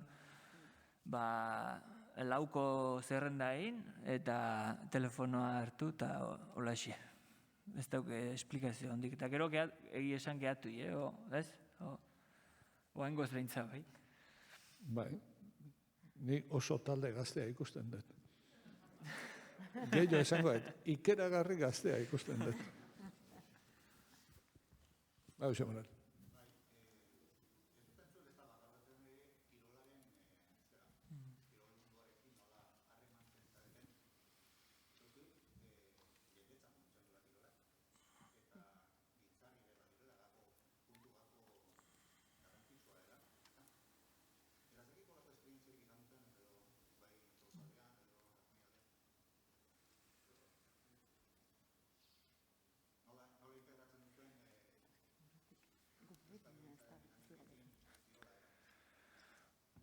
Guk Galtzaundik harremana badu Tolosan, badago futboleko klub handi bat, eta oikin lana zuzenen egin izan da, teknikarien bidez, eta lanketa berezik egin izan die. Eta gero esperientzia hori abia puntutzat hartuta bestetan egiteko asmoa ere beti agertzen da. Zizurkilen esate baterako futbol talde handi bat badago. Gero harreman zuzenagoa beste kirol batzukin gure kasun pelota eskolakin esate bateako alegi aldean eta harreman zuzena daukeu, eta horren zuzenen Galtzaunditik ez bada ere horri biligia. Eta gero Kike gaipatu duen lehen aixialdiaren zea horita hor dago. Hor dago, hoi dena hor dago. Eta pixkat gu bintzat nik sentitzen dut pentsatzeko aldi baten ere bagaudela hor nolaekin, ze hainbesteko eremu handi da eta hainbeste jende ibiltzen da, indar pixka bat ere beharko litzakelako hor eragiteko, baina ikusten da egin behar dela. Eta gero beste zea batzuk ere badaude, dantza taldeak esate bateko bilagonan indarra handia du, eta erabat euskaraz funtzionatzen du. Olako beste alor batzuk ere badaude, igual ez dana kirola, baina jende desente elkartzen duen zerak. Herriko gaina herri batzutan asko, beste batzutan hoi ez da existitzen, baina aixialdia orokorrean hartuta badago harremana.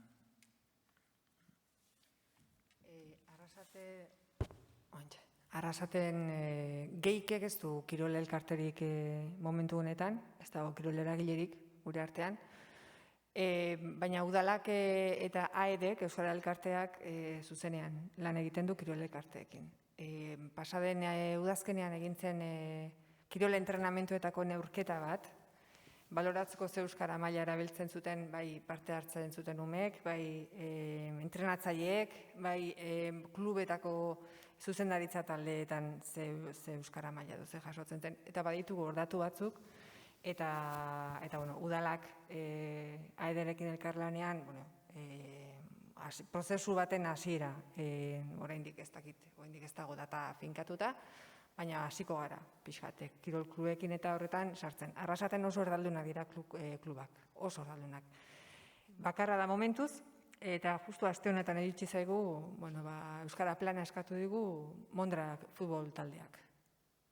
Oso potentea da, kide asko ditu, ume eta gazte asko dabiltza futbolean, eta oso positiboa da hori. Baina bakarra da. Eta horretan ere, hasiko gara.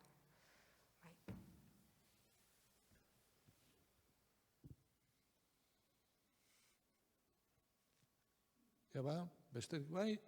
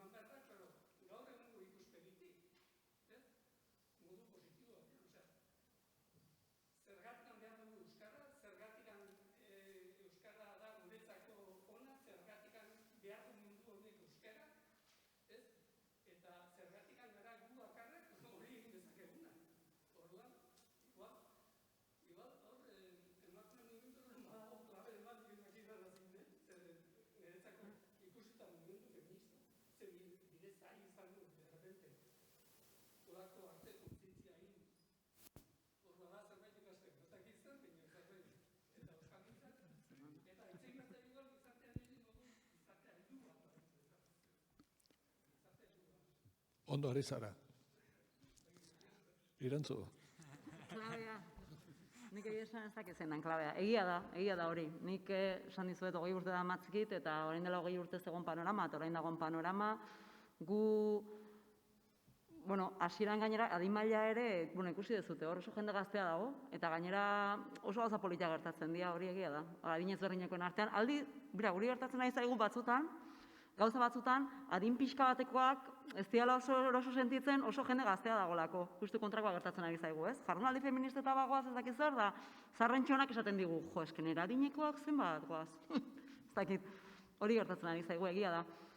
Baina, da oso fenomeno berriare bai, nik uste dut poztekoa dela, eta baina, baita ere iruditzen zaigu, eta gure artean hola komentatzen dugu, orain modan dagoen zerbait da ere bai, ez? Neurri batean. Osa, ez diot kendu nahi garrantzia, ze uste dut,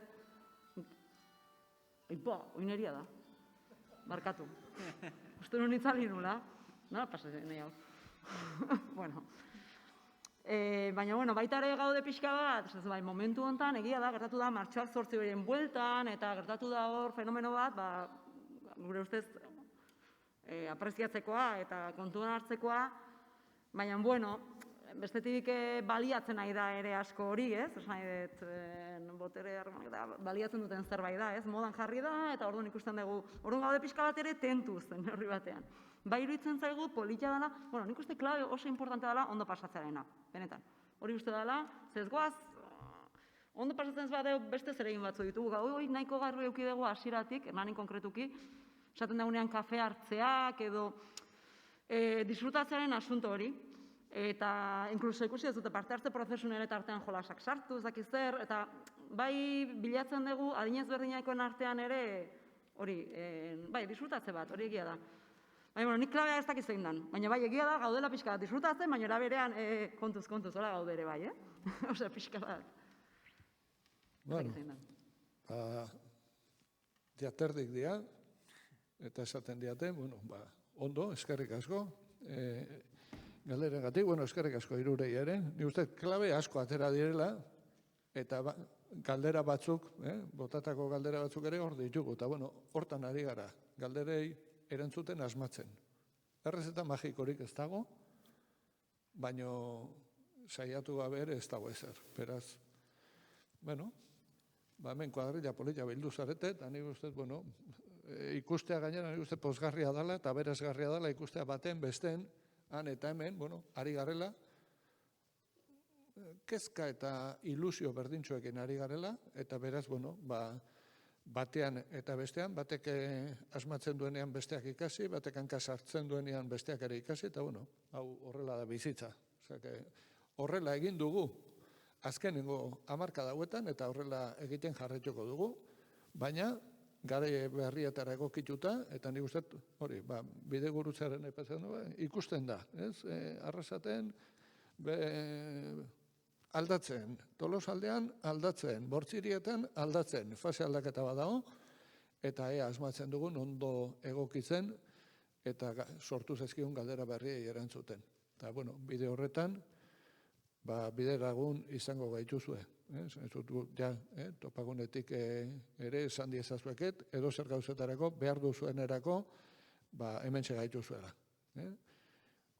Beste esperientziak ezagutarazteko, dakigun apurtxo horretatik laguntzeko. Eta gu ere, ez zuen gandik ikasteko prest, beraz, bekauen la letxe, eutxiko gorre, Bortzirietan, eta ejemplu hona eman beste lekuei. Hori ere importantea eta. Bueno, eta orain, lanean jarri behar zaituztete.